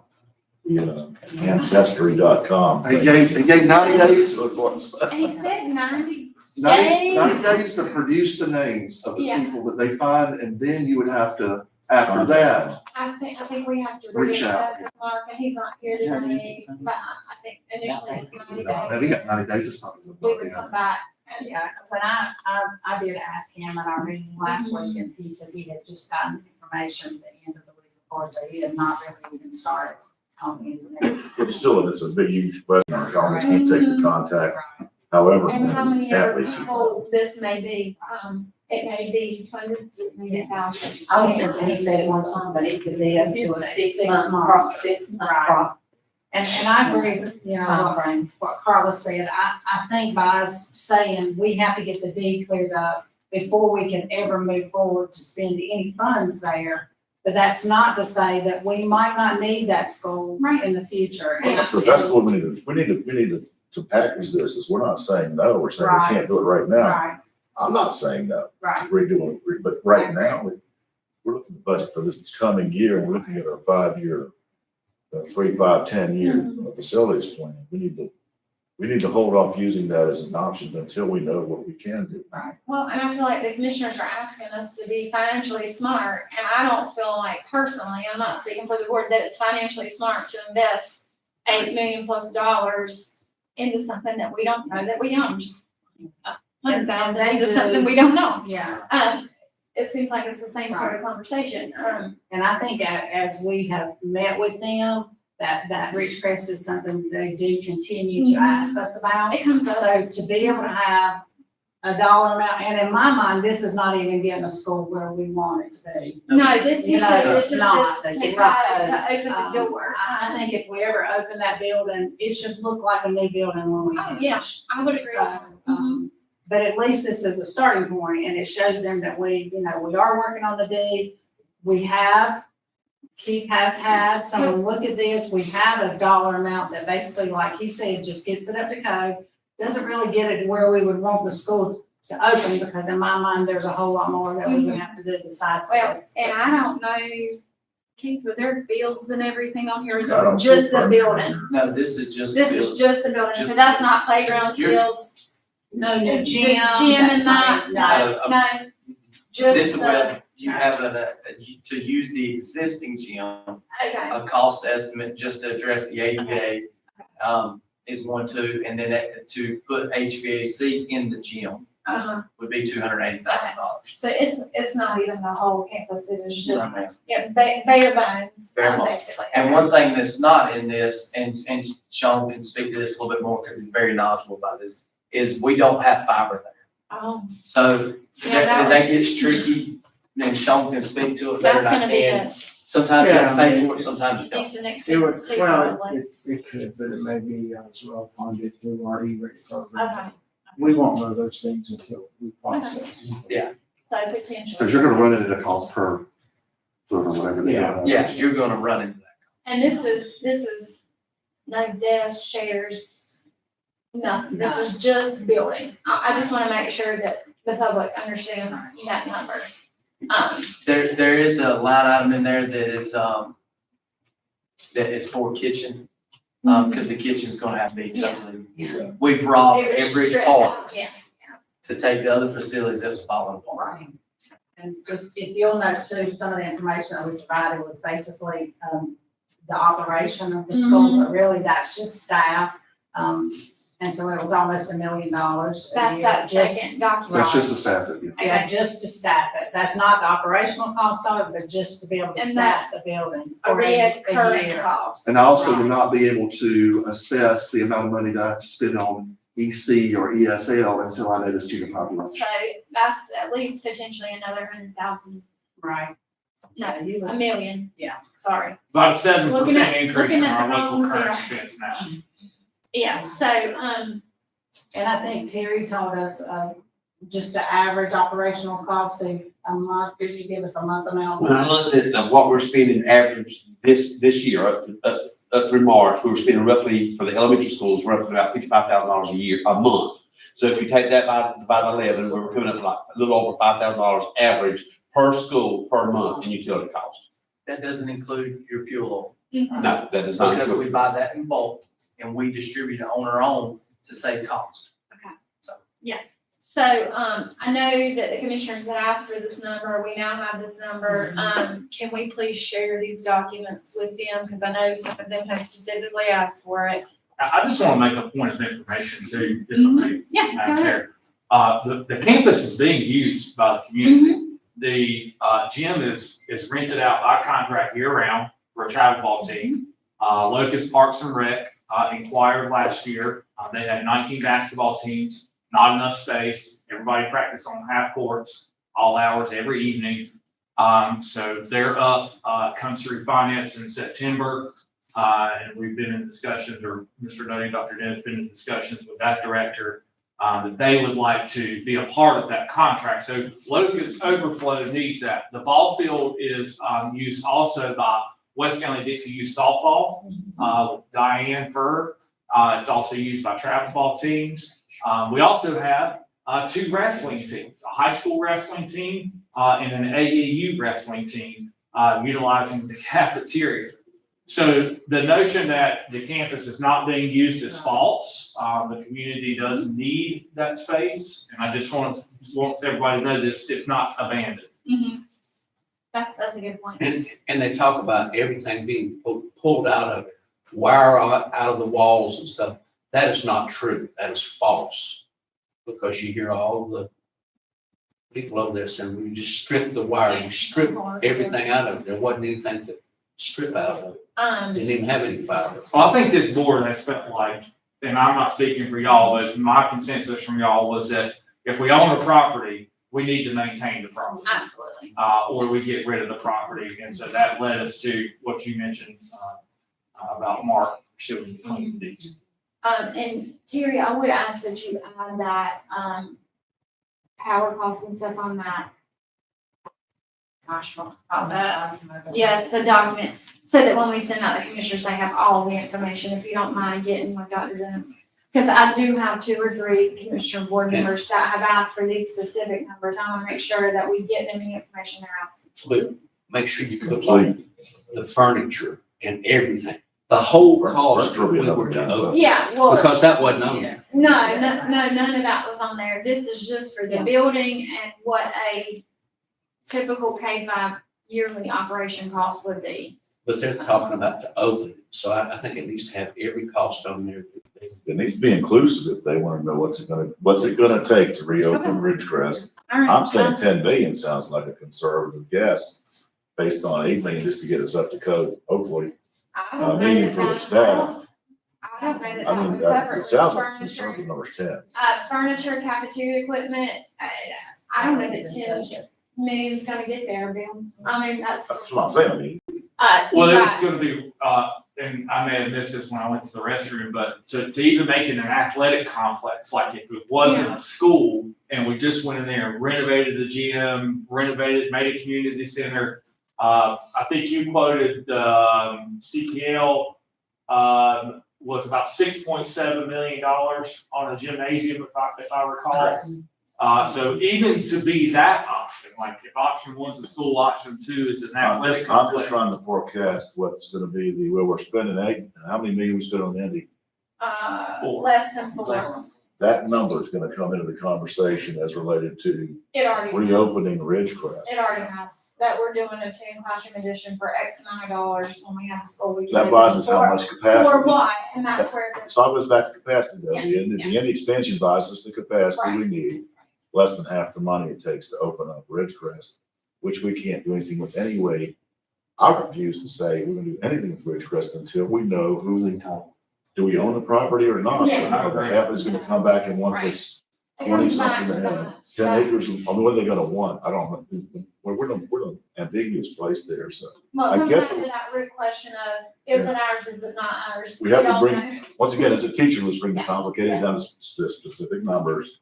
We're buying the capacity we need at Indy for less than half the cost. When you have a deed that's 100 years old. I mean, it literally is 100 years old, so, it's something we definitely need to get cleared up before we start spending this kind Well, of I money, think- in my mind. Well, I think once the deed is cleared up and we see what we have and what we don't We'll have. have to make a decision. We will, as a board, we'll have to make a And decision. then I think the facilities committee, like, I know that there's many options that we're looking at Mhm. in pursuing, in addition to not just a school.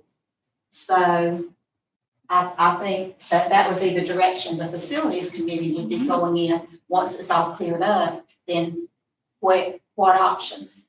Looking at all these different options. Well, and I would hope you guys would come back to the rest of the board with some sort of recommendation But that's as to what I'm what to saying. do with that Mhm. facility, that Yes. campus, because I agree with Mr. Swenson. We need to make a decision on it. And we We've want been to make a trying to, decision. you know, kind of get down that road for Right. several years now. What Mhm. is the decision? Mhm. And I agree, Mhm.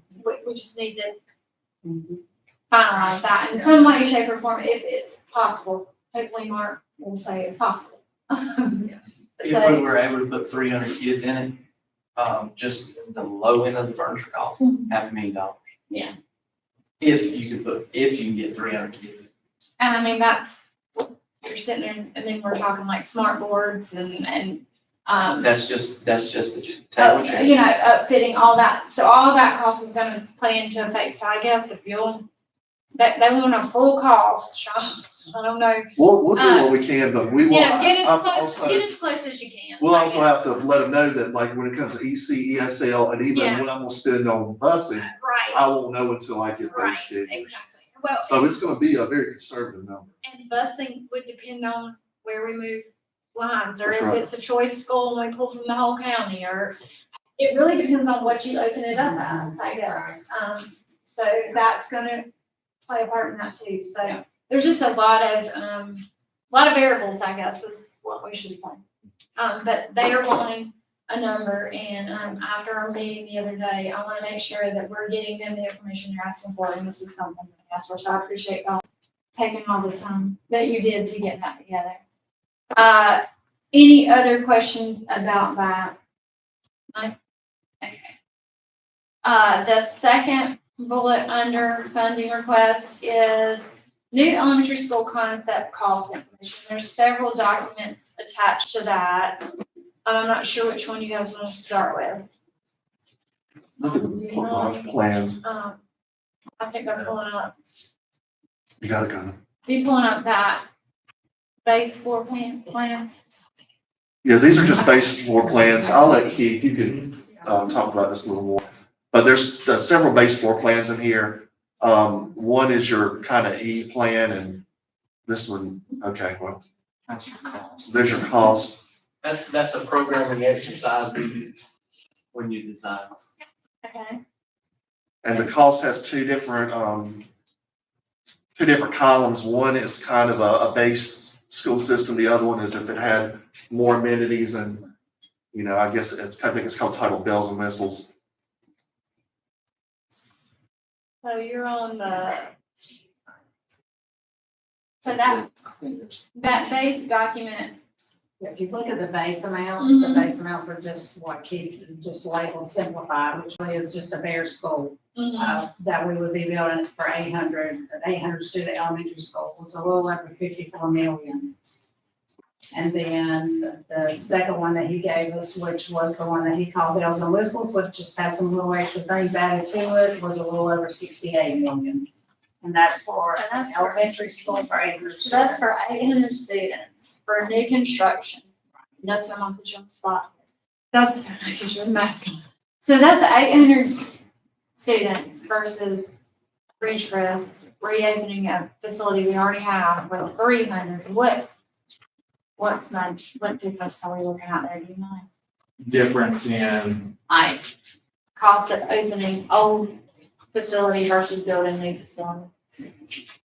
well, I mean, I put you on the spot. yeah, I mean, in my opinion, It's pretty evident. when you, Yeah, I mean, you've already, you opened Oakboro, and if you look at the redistricting, like where our students are at, Oakboro makes much more sense because one, it's a municipality. They provide a police force over there.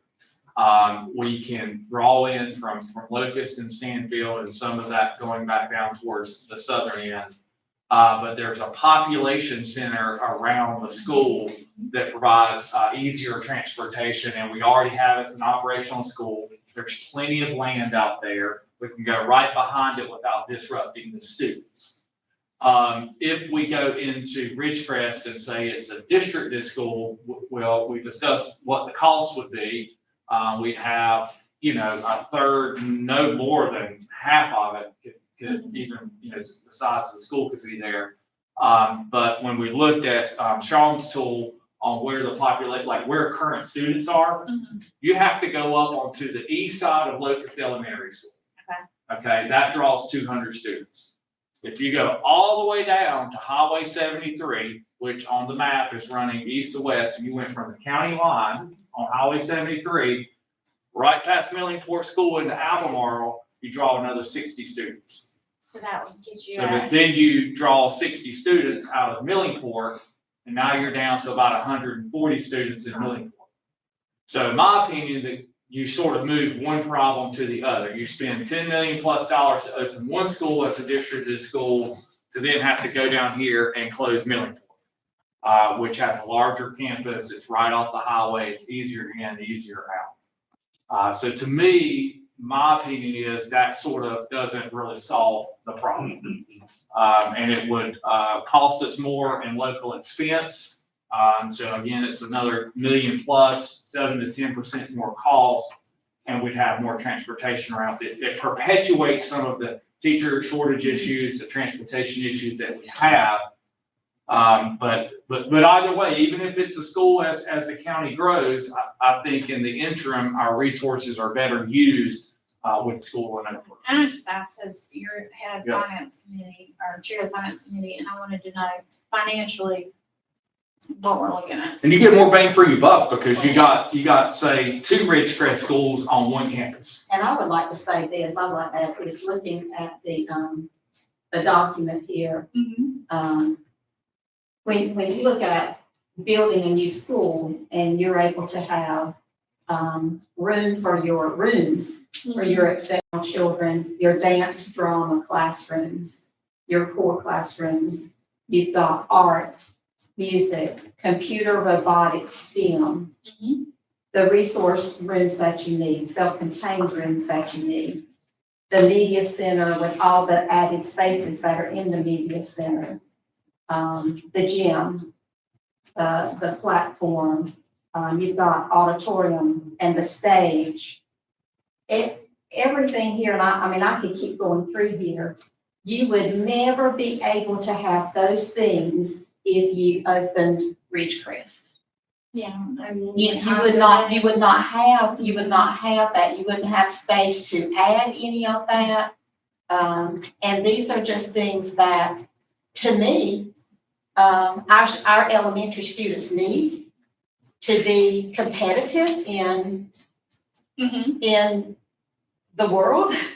This is what they need. And,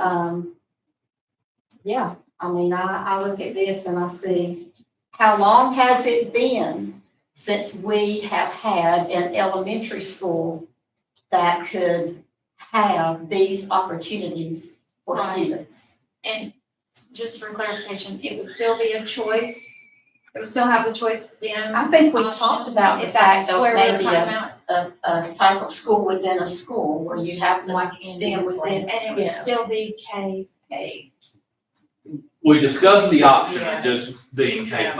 Oh, Right now, the 6-8 in Oakboro, gets out at 3:30. They And get they out have an later issue than the with middle school, sports, and so too. I've gotten some anecdotal feedback that it's tough on the kids and Right. parents to play middle school athletics Right. or participate in those Mhm. activities that start, say, at 4. Because of getting to that campus or whatever. Yep. I just wasn't sure what y'all had talked about since, some of us weren't in there. I just wanted to make sure. So you're thinking more along the lines of K-5.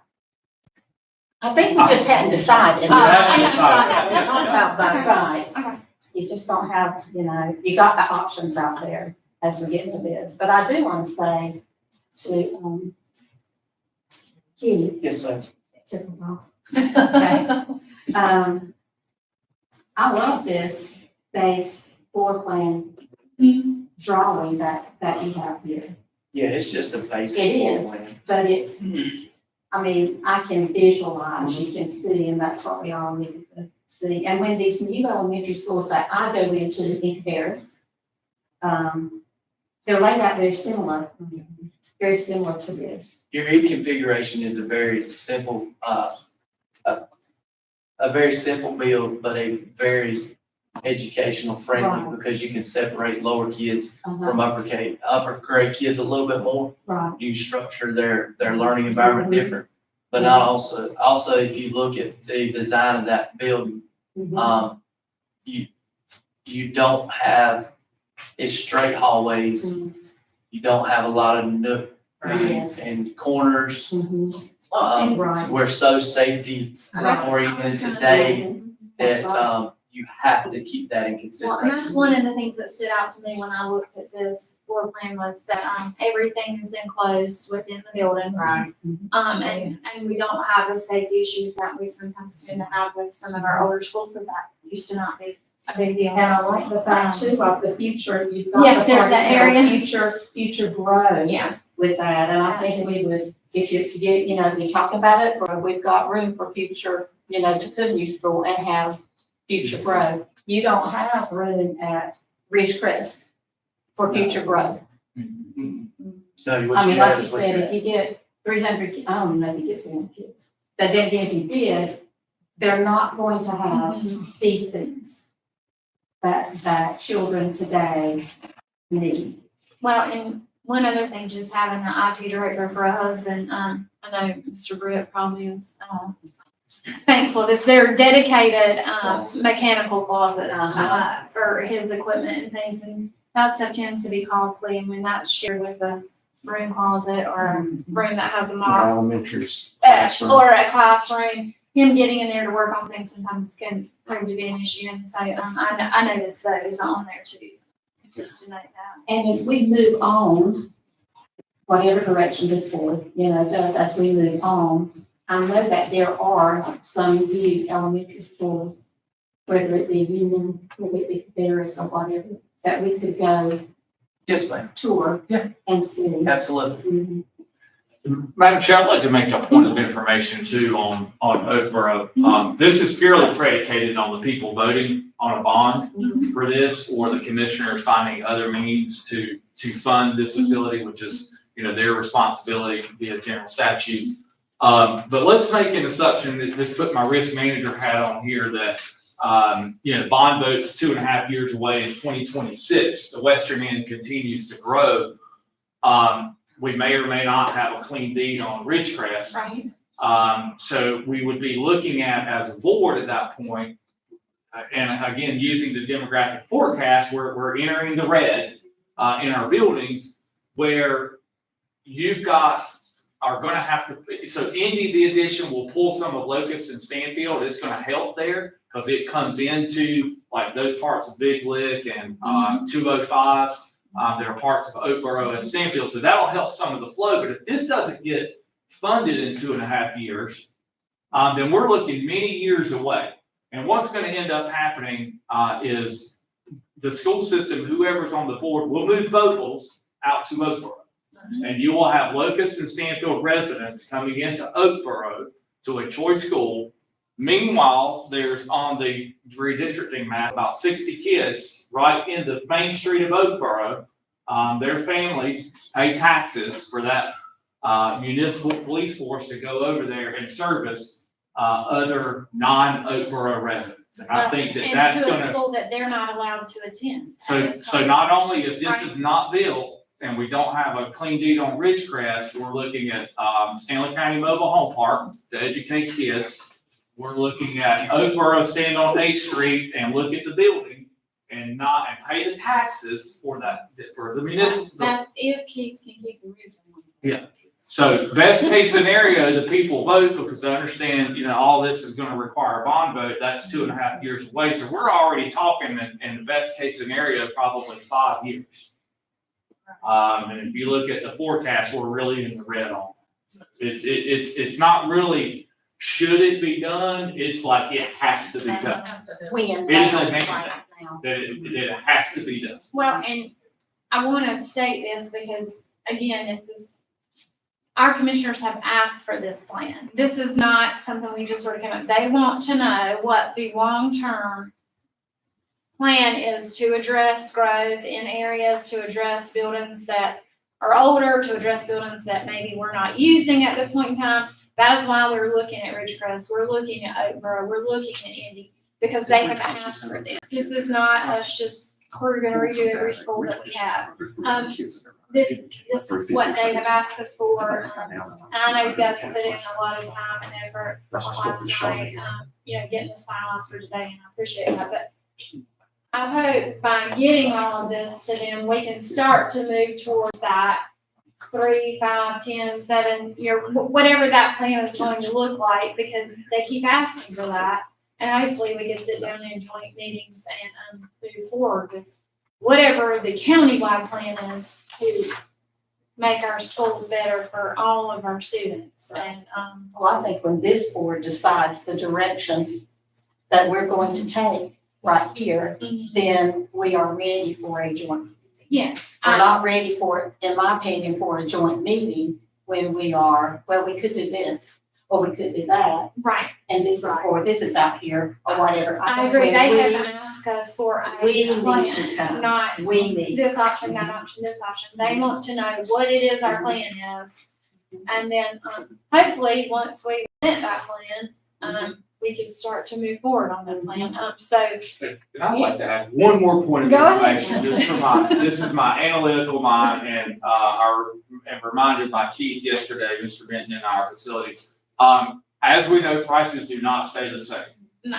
There's a thing called inflation, and we're in a very high inflation environment. And if you look at the Department of Public Construction and all the facility, high schools, elementaries, middle schools, going back to about 2010, I think it is, it's right on their website. The price never went down for construction. So we are, attaching a 5% inflation rate. So if it's, $54 million today to build an elementary school, it's 2.5 years to a bond vote, maybe 5 years from here to get it all built. That means 5% over 5 years at $54 million present value puts us at $69 million. Meaning that the longer we continue to delay, the more that it's gonna cost the taxpayer. if there are no more questions on that, we'll move on to point 3 under D, which is new high school concept and cost information. And I assume this is, kind of like what we just looked at. So there's a floor plan there, the program options, and then the costs associated with those also that are in your board docs there. So same sort of concept, just at the high school level instead of the elementary level. And that's for a new 1,400 student high school Okay, so 1,400, at a cost of $131 million. okay? And something that I noticed, right away looking at this was, some of the options that were, included in that, like a video production facility, which I know, kids have been interested in, we just don't have that anywhere. And some of the other added items, again, going back to what we talked about yesterday with our, legislators is, school of choice is here. I don't think it's going anywhere.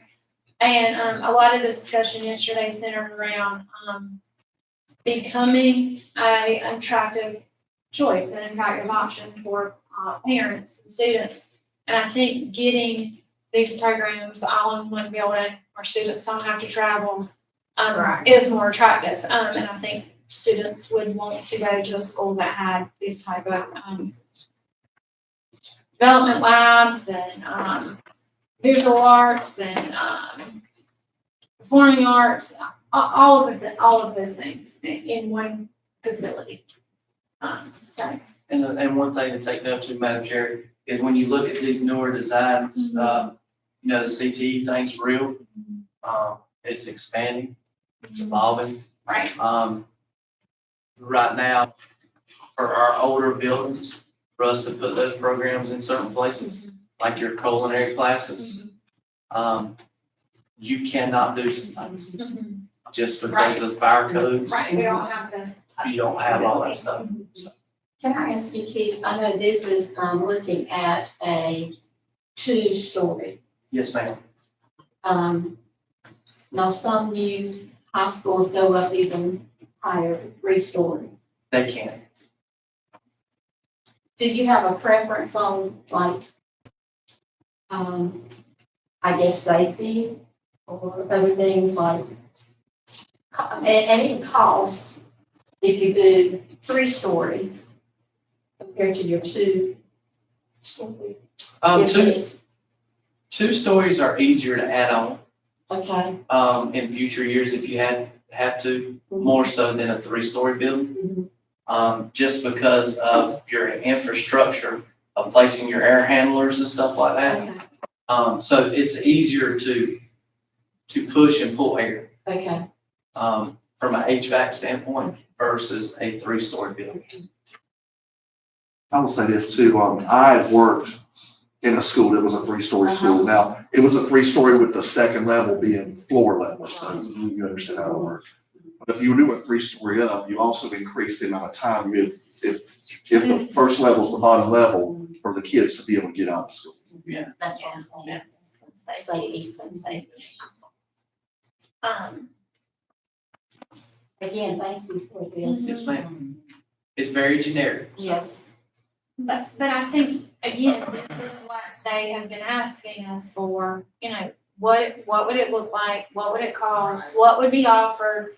What could be in those buildings, for that longer term They have to plan? understand it's very generic. Right, right.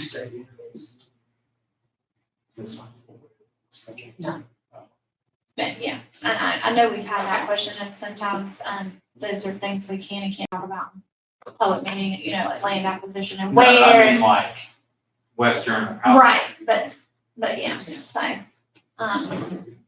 I've had some more specific questions on that, and those are things that we're not allowed to talk about, and tried to explain that.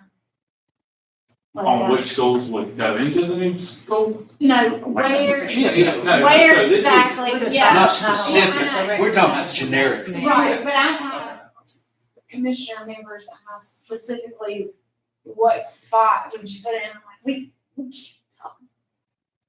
And so we have that,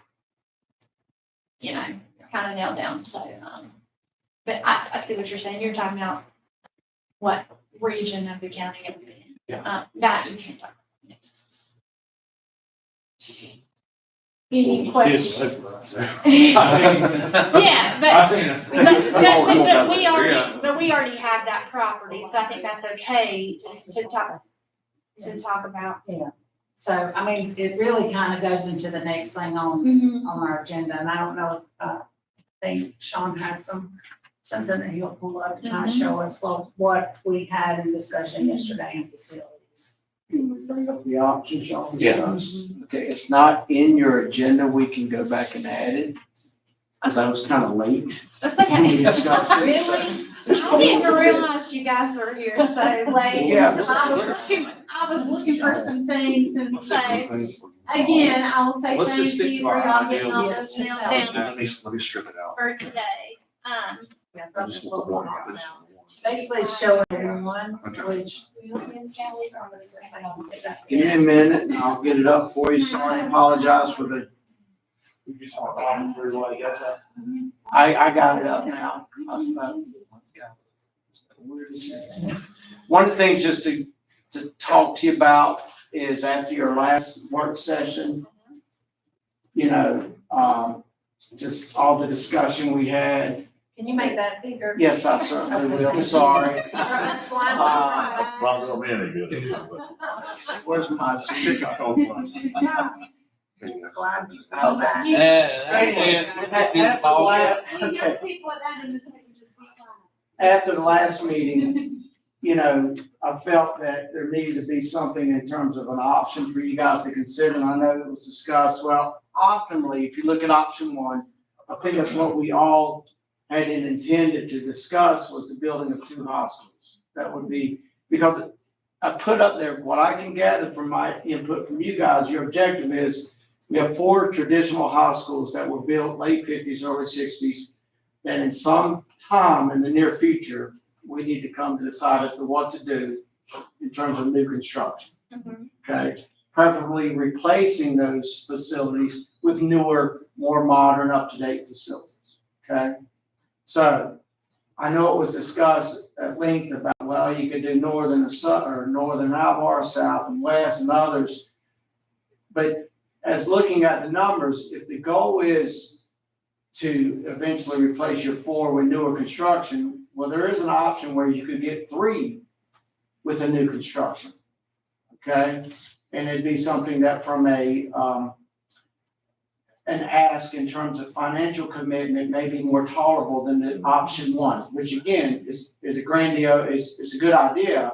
It just could be very expensive. So what that would entail, if you look at kind of where the population centers are, you have a corridor, 52, all the way from New London to Norwood, and Albemarle in the middle, where most of your eastern part of the county resides. Right now, those students go to South Stanley, Albemarle, and North Stanley, okay? Then you have the western end, which mostly a lot of those students live along Locust, Stanfield, in that area back from Michigan.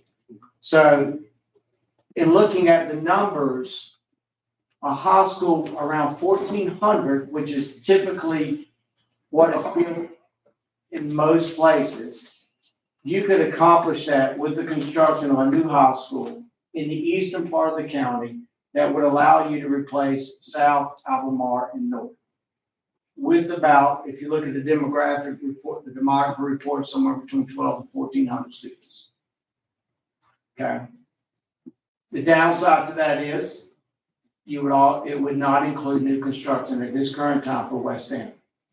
Okay, but I think Keith had caveat that yesterday with the proposal, with the potentially of what y'all had discussed last night. I'm maybe stepping on somebody's toes, but I think that y'all discussed possibly adding, the upgrading West Stanley's athletic facilities within open up land in the back of the school that in your phase 2, if you will, would allow you to build on to where you currently have West Stanley, make a newer facility there at some point in time.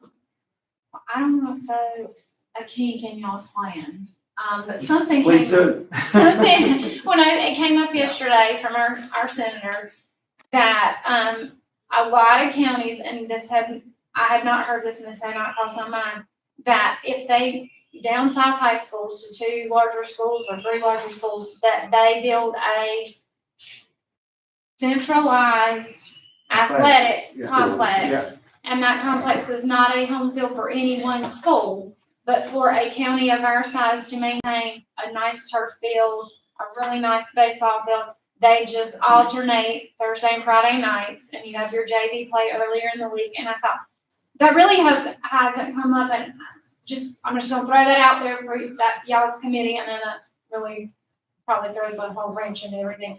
But, apparently that's something, and it's usually off of the main highway somewhere, kind of centralized to the county.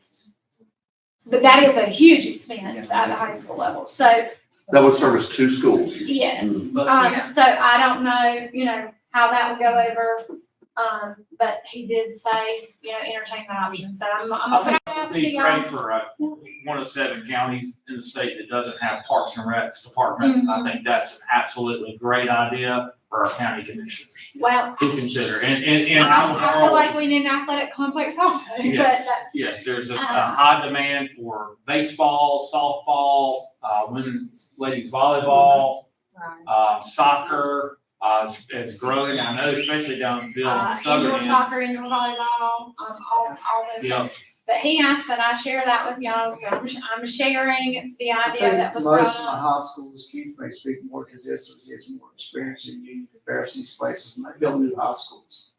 They build everything. Right. Right. I just, So, The one thing about having a centralized location shared between 2 schools, one thing that would throw a red flag up to me would be practice times. 1. 2 would be, transportation from a off-site high school of a home event, when it's really not your home field, but a home event.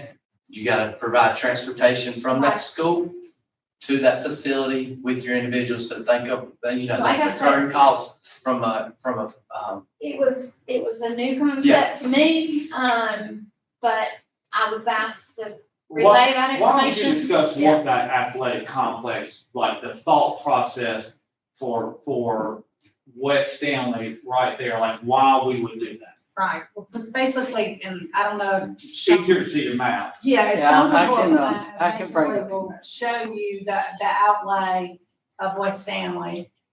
That would kind of support, because we're sitting here, we do not currently have land to build any school. Right, A lot of school systems and county commissioners will acquire land and they hold that land till they need a new school building. And if they're fortunate enough to be able to be sitting there with the land already purchased, which is a huge, and I think that's what some of them Right. asked, do you have a spot? And it's like, no, we don't so have we a were spot. looking at, do we have any high schools where there is enough acreage already there where we would be able to build a school?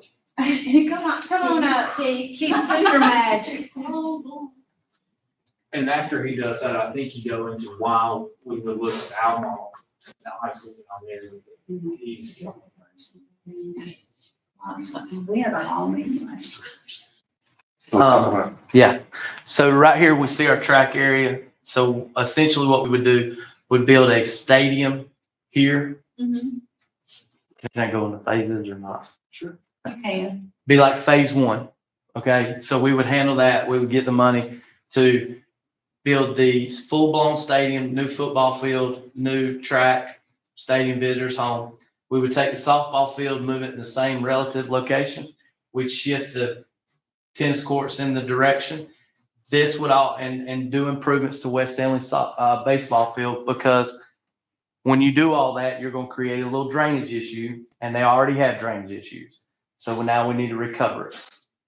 And then, oh, sorry, the camera. Oh, my bad.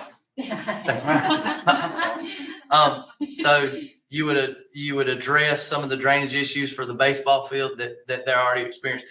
All this would shift here. Once we have phase 1 completed, Mhm. then we could go into this area here and complete the new high school potentially in this area. And then once you're done, then you would demo the front and you would use the front for parking. And we Part of also, that, we also talked about the ability to be able to, use the current gym that's at West Stanley as an auxiliary gym. So, Yeah. because most high schools that are built Yes. today have a gym and then they have an ox gym. So, Right. You could potentially use the gym that we have there as an auxiliary gym in the new building. If we can configure the layout and make this timing, it's got to be timed right. When we set this in with the new gym, and then we would attach it in the summertime when we have nobody on you campus. can't run a school like progress with a wrestling team and cafeteria. Correct. Right. Yeah. So again, going back, I think these would be phases. This would be the second part. Well, the actual initial, I think you guys had packaged together a proposal to where you do a new construction somewhere in the eastern side of the county for a high school. Caveat that with an ask of building and adding into that potential request some upgrades to their athletic facilities along with possibly the elementary. And then eventually, though, you would have to address the issue on facility needs at West Stanley, particularly in an area that's growing as it is. So it was like a series, like a bond one, bond Right, two. phase one, phase two of that. Bond two, again, we don't write the bonds, we don't get that call. But in our, I guess, the committee's view, the reason that we'll call it Eastern Stanley High School was more attractive for us is East is noted in 05 in the study as the worst building. It has masonry foundation cracking all the way up the top. We looked at adding additions on. If you add, the reconfiguration, and so it'd be about $4 million to an old building. Right. Because you gotta do all these other upgrades. That. And then it's like you can build a little campus over here, but we still have the same issues down there. And so it just seemed to make more sense to build one new high school down there, bring the other schools in with the redistricting, and then do a shift. So Albemarle Middle goes to the high school, East goes over to the middle school, and now we've got a campus at East that we can sell. Right. And if you bulldoze the building, that's still a prime piece of real estate. Well, I know somebody brought up earlier, folks just walking through the campus site, Sandhill, I believe it was. Yes, ma'am. Yes. Before the fence went up there at East, and even now still, there's a lot of foot traffic right there. It's bordered by roads on all sides, just about. Believe it or not, those little side streets stay very busy. It's, in my mind, not a great spot to have little bitty kids. I know we have fences and things there now, but it's just, it's a very populated part of town. We just could not right see there. spending those types of funds on a building that we know has some structural issues right. to it, and we've known for a long time. And you have to go inside and put the toilets for Yeah, so you yeah. thoroughly shut that Classroom. And we're talking about classroom size too. classroom Yeah, size. the classroom size is tiny Yeah, at East. You'd have to renovate the cafeteria and Right. expand it out, and so you come up to $4 million, it just didn't make as much sense. So we're trying to come up with how do you solve the problems long-term while being efficient and effective Right. with money? Yeah. And I feel like that's a great spot for a city or county type facility, because it's right there it's right across from where they do, all the. Well, the county needs to expand senior Ministry services. stuff, Yes. they do their Meals on Wheels across the Right. street, there's a huge cafeteria, it might be, I think that's, and not to bring up the elephant in the room, but I know you're all talking about new facility, and I know, did y'all happen to go into last night, what would happen to buildings that are not gonna be in use? Robin's like, don't ask me that. We did have some discussion, Yes. and I think that's one thing that Hope included in her email this morning was the list of the properties that we own. We had just a little small discussion on those, but did decide that we really felt like that was something that the whole board needed to be involved in, not just our committee. Another point they had Right. asked us about. Because, should we be able to go with this plan that we've talked about, that in return frees up more buildings Right, that we would have to decide what needs to happen to those. We cannot let them sit there and deteriorate that's where like I they've was, done. that's where I was going, with that. I could see, like a home health type, Right. something coming in and possibly Yes. using that facility, since it is all one level, it does have ramps, multiple things there, something of that sort, if we were to turn that building back over. You know, the plugs on for the entire board member. I see. There's not as many as you might think on that list. There's really not. North Albemarle has Scove in it, it has Bradley School back, Sean's got technology over there, so the building's actually being used. We're mainly talking about Ridgecrest. and West Alabama. Tarville Academy Yeah. was, by the prior superintendent, that's the old New London School. Right, That lease, I don't agree with it at all. There's no rental income that comes off of it at all. they do You- maintain it. $1. Well, they I think maintain it, but you and can't make sell it. upgrades to it, right, yeah, And, yeah, yeah. your grandchildren will probably be on the board by the time the lease is done. So I know, I'm aware. 2035 Yeah, is when the 2035, first yes. option runs Yes. up. Yeah. The first 20-year option. Yeah. And then they can renew it for another 10 Yeah. years. So it can go out Yeah. to 2045, but you can't sell it. You cannot sell it in the meantime. We don't have no cost, but there's no income coming in except for the dollar that Mr. Dudley says we've not received. Yeah.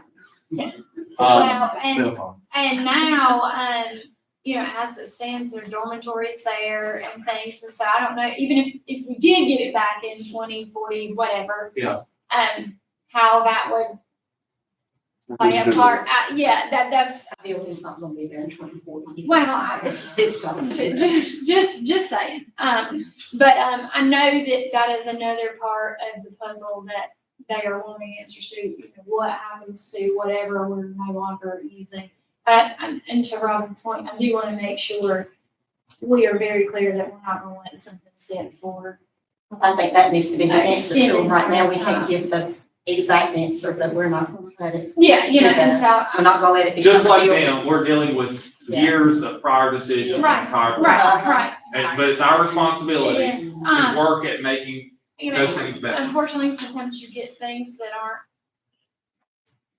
great that you have to deal with, and They're tough decisions. that's one of the things that we're gonna have to start, making some decisions on, and, I appreciate, again, y'all, kind of going into some of that. Yeah, I mean, we basically, out of committee, came with a recommendation that we basically try to do things in 2 phases. The first phase would be a new high school, that would be like Eastern Stanley High School, that would include Albemarle, North, and South Stanley. Mhm. That along in that first phase would be a new elementary school, possibly Oberg. And then also an athletic complex at West Stanley High School.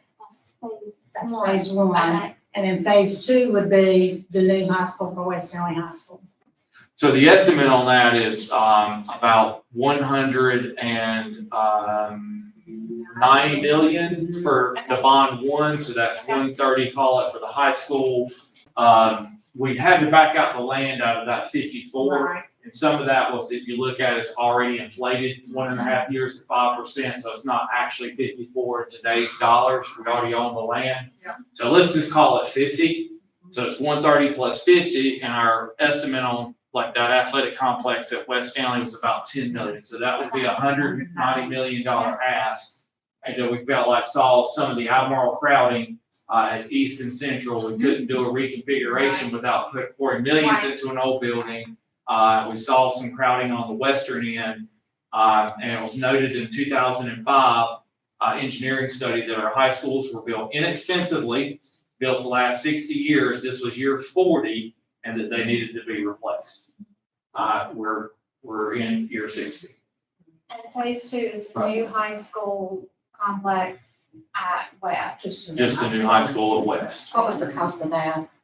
Yeah, Well, it'll be 130 million today. Okay. So if it was, you know, I'll be impressed about a future value on it. yeah, just give me Yeah, a but you rough. already have the athletic facilities and Yeah. stuff that has. Yeah. Well, Yeah, that's, so, You already have the land. that It will would be, make it a would be difference. cheaper than what you currently have facilities and land and stuff, so. Athletic facilities, that's a huge Yeah, expense, that'll so. take a chunk. well, that was the other part too. You know, we had talked about as a board, looking at like, for the western end, going somewhere like moving towards the southern end. It was a little bit more rocky down there, and then you run into all the geo stuff. We felt like that this, as a committee, this was gonna be more efficient. We run into less issues, we've got the space. I guess I could say who owns, I mean, it's public record who owns the land.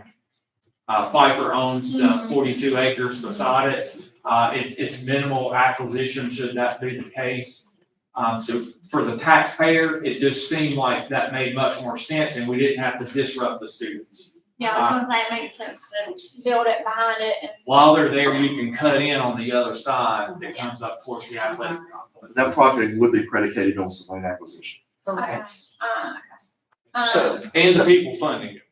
so Dustin, what, you're the numbers guy. We don't have a clue about it. But what would this cost the individual taxpayer each a year? That's, because I'm sure that's, With the way the bond works, the way it traditionally works okay. is obviously the people vote on Yeah, it. They usually sunset out, like you're gonna have a 20-year bond. I think that's their traditional set for school bonds is 20 years. So if in fact you're using like today's rates, Charlotte Meck is like right at 5% on some of their bonds. Well, that's about $9.5 million of debt servicing if you had $190 million outstanding right now without paying down the principal. So, you know, without doing the further math, you're talking, you know, maybe 5, 6, 7, 8, 5 to 10 probably cents that the people would have to vote on for taxes. County generates roughly $100 million in revenue. We've got, I don't have my spreadsheet in front of me, we've got about $6 billion of taxable property at 61 cents. There's a revaluation coming up. You've got some developments like a higher end senior development that's out in, I think, 1 or 2 of them in the Locust area. I think the number was 7 million in revenue. So you've got some things coming out of the pipeline, plus the county, by general statute, has about $500 million that $500 million that they can loan. We have no outstanding general obligation debt, I think, as of the last fiscal report. So the county's in a fairly strong position. They put $10 million the last 2 years into the bank account. You're business minded, that's like profits. You had costs and you had tax revenue. They banked 10 million or 20 million in the last 2 years. So there is a way that that $9.5 million of debt servicing on bond one, maybe we're talking like Montgomery County did, which was a property tax of 5 cents additional, I think is what theirs was. They're at 61.5 cents, we're at 61. Don't quote me on that, I'm not sure about Montgomery County. But I think that the notion that there's this drastic increase in tax rates is wrong.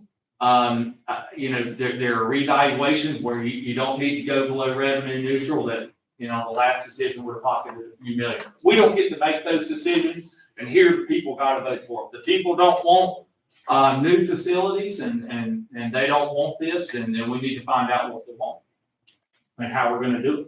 And I don't mean to rush y'all's discussion at all, but I do want to make sure that we get through that resolution. So let's make sure I got it. You're making a recommendation to the full board for a phase 1 plan and a phase 2 plan to include the items that you said earlier. I don't want to say it wrong, so I'm not going to all that. So that's coming out of committee. Is this the plan that we are now ready to formulate and finalize to submit during a joint meeting with the council commissioners? Am I understanding that correctly? Yeah, I think we respond to it and then we have an ask that comes with it. Here's our plan. Because that's part of what they have asked for. When we get down to that resolution, that's part of what they have this is part of what they have asked for. Yeah. So with that recommendation coming out of committee, basically that is a motion. So if I have a second, we will continue, if there's no discussion, I'll do that. Any discussion? Yeah, I was gonna I'm say, sure any you have questions? some. I know. You've been off I'm the gonna vote quiet. no on the motion, so just let it go. Okay, all right, Vicky, you got any questions or anything? All right, But I think you have to look at it that it's helping, I stop and look to think who is it helping? By doing a plan like this, who does it help? It gets us out of the East Albemarle building, which we know it needs substantial work. It helps with the overcrowding in the elementary schools in Albemarle. It would enable us to be able to do a shift there. Which we know works. East to Albemarle Middle School, Albemarle Middle School, and it helps us be able to utilize Albemarle High School, which is one of our better high schools. Right. It also is gonna help with the overcrowding, if we would build a new Ober with the overcrowding that we're seeing on the western end of the county with Stanfield and Locust. Well, and open that school up to residents. of Right, Oakland. so it's more, you know, I Yes. look at it, it's more than just these three, don't want to say three simple things because they're not. But it gives a new high school to three of our old high schools. Well, There's and I nothing think simple it's about not, and I think it is somewhat touching. I know we're not touching Baden, we're not touching Milton, Right. we're not touching Richard. But But we every are, area, We are. as they high move up the school. line, we are, so it feels like we are sort of filtering out to the whole county, which I know was some of the we board's had a lot of concerns. discussion on that because we, you know, I think for us to be able to even talk to the commissioners about a bond or talk with the public about a bond, we have to make, there needs to be a little something in there for I everyone. agree. And I feel like with this plan, we really have kind of touched the whole county in Mhm. some way. Yeah, it may not affect your elementary student, but Right. as your student grows through our system, Right. it will affect them at some point. It's like families who have Right. those children Right. just starting school now or either Well, and- getting ready to soon go into middle, but to see that they can have a Mhm. brand new, Well, and to High school. Dustin's point, if we were to start next year, phase two may not be completed until they're in high school. Honestly, so, Maybe just one point of information, Yes. if you're gonna move elementary to, the middle school, there will be some changes needed as far as Right. fixtures and Right. the level at which Right. things is. Okay. And if you move middle to high, you're like to build baseball fields, potential and softball, but there's room in there for one. yeah, they used to have a, it's called something back there somewhere. Always Uh, went to Rock Creek. and Yeah, I played. don't know, or something. Then, and on that. Moorhead, Moorhead. not Moorhead, In my band. Legion Field. Yeah, I was gonna say. not Montgomery. I was like, what is it called? Yeah, so, okay, so we have phase one and phase two. I think you guys are gonna tighten that up before the joint meeting. Any other discussion? I guess I will, entertain a vote at this point. All in favor of moving forward with phase one, phase two plan as presented? Any opposed? No. Okay. I'm not sure. Can we take, just a 5 to 10 minute Get back to the. pressure break for just a second? Okay. Thank you. I'll give y'all 5 to 10 minutes to get back, or if you're Dustin, grab a snack. Yes, I got right there. I'm getting hungry. I just messed with you. Take my lip gloss out. Give me a minute. Well, I just got something from the state you might want to discuss real quick today.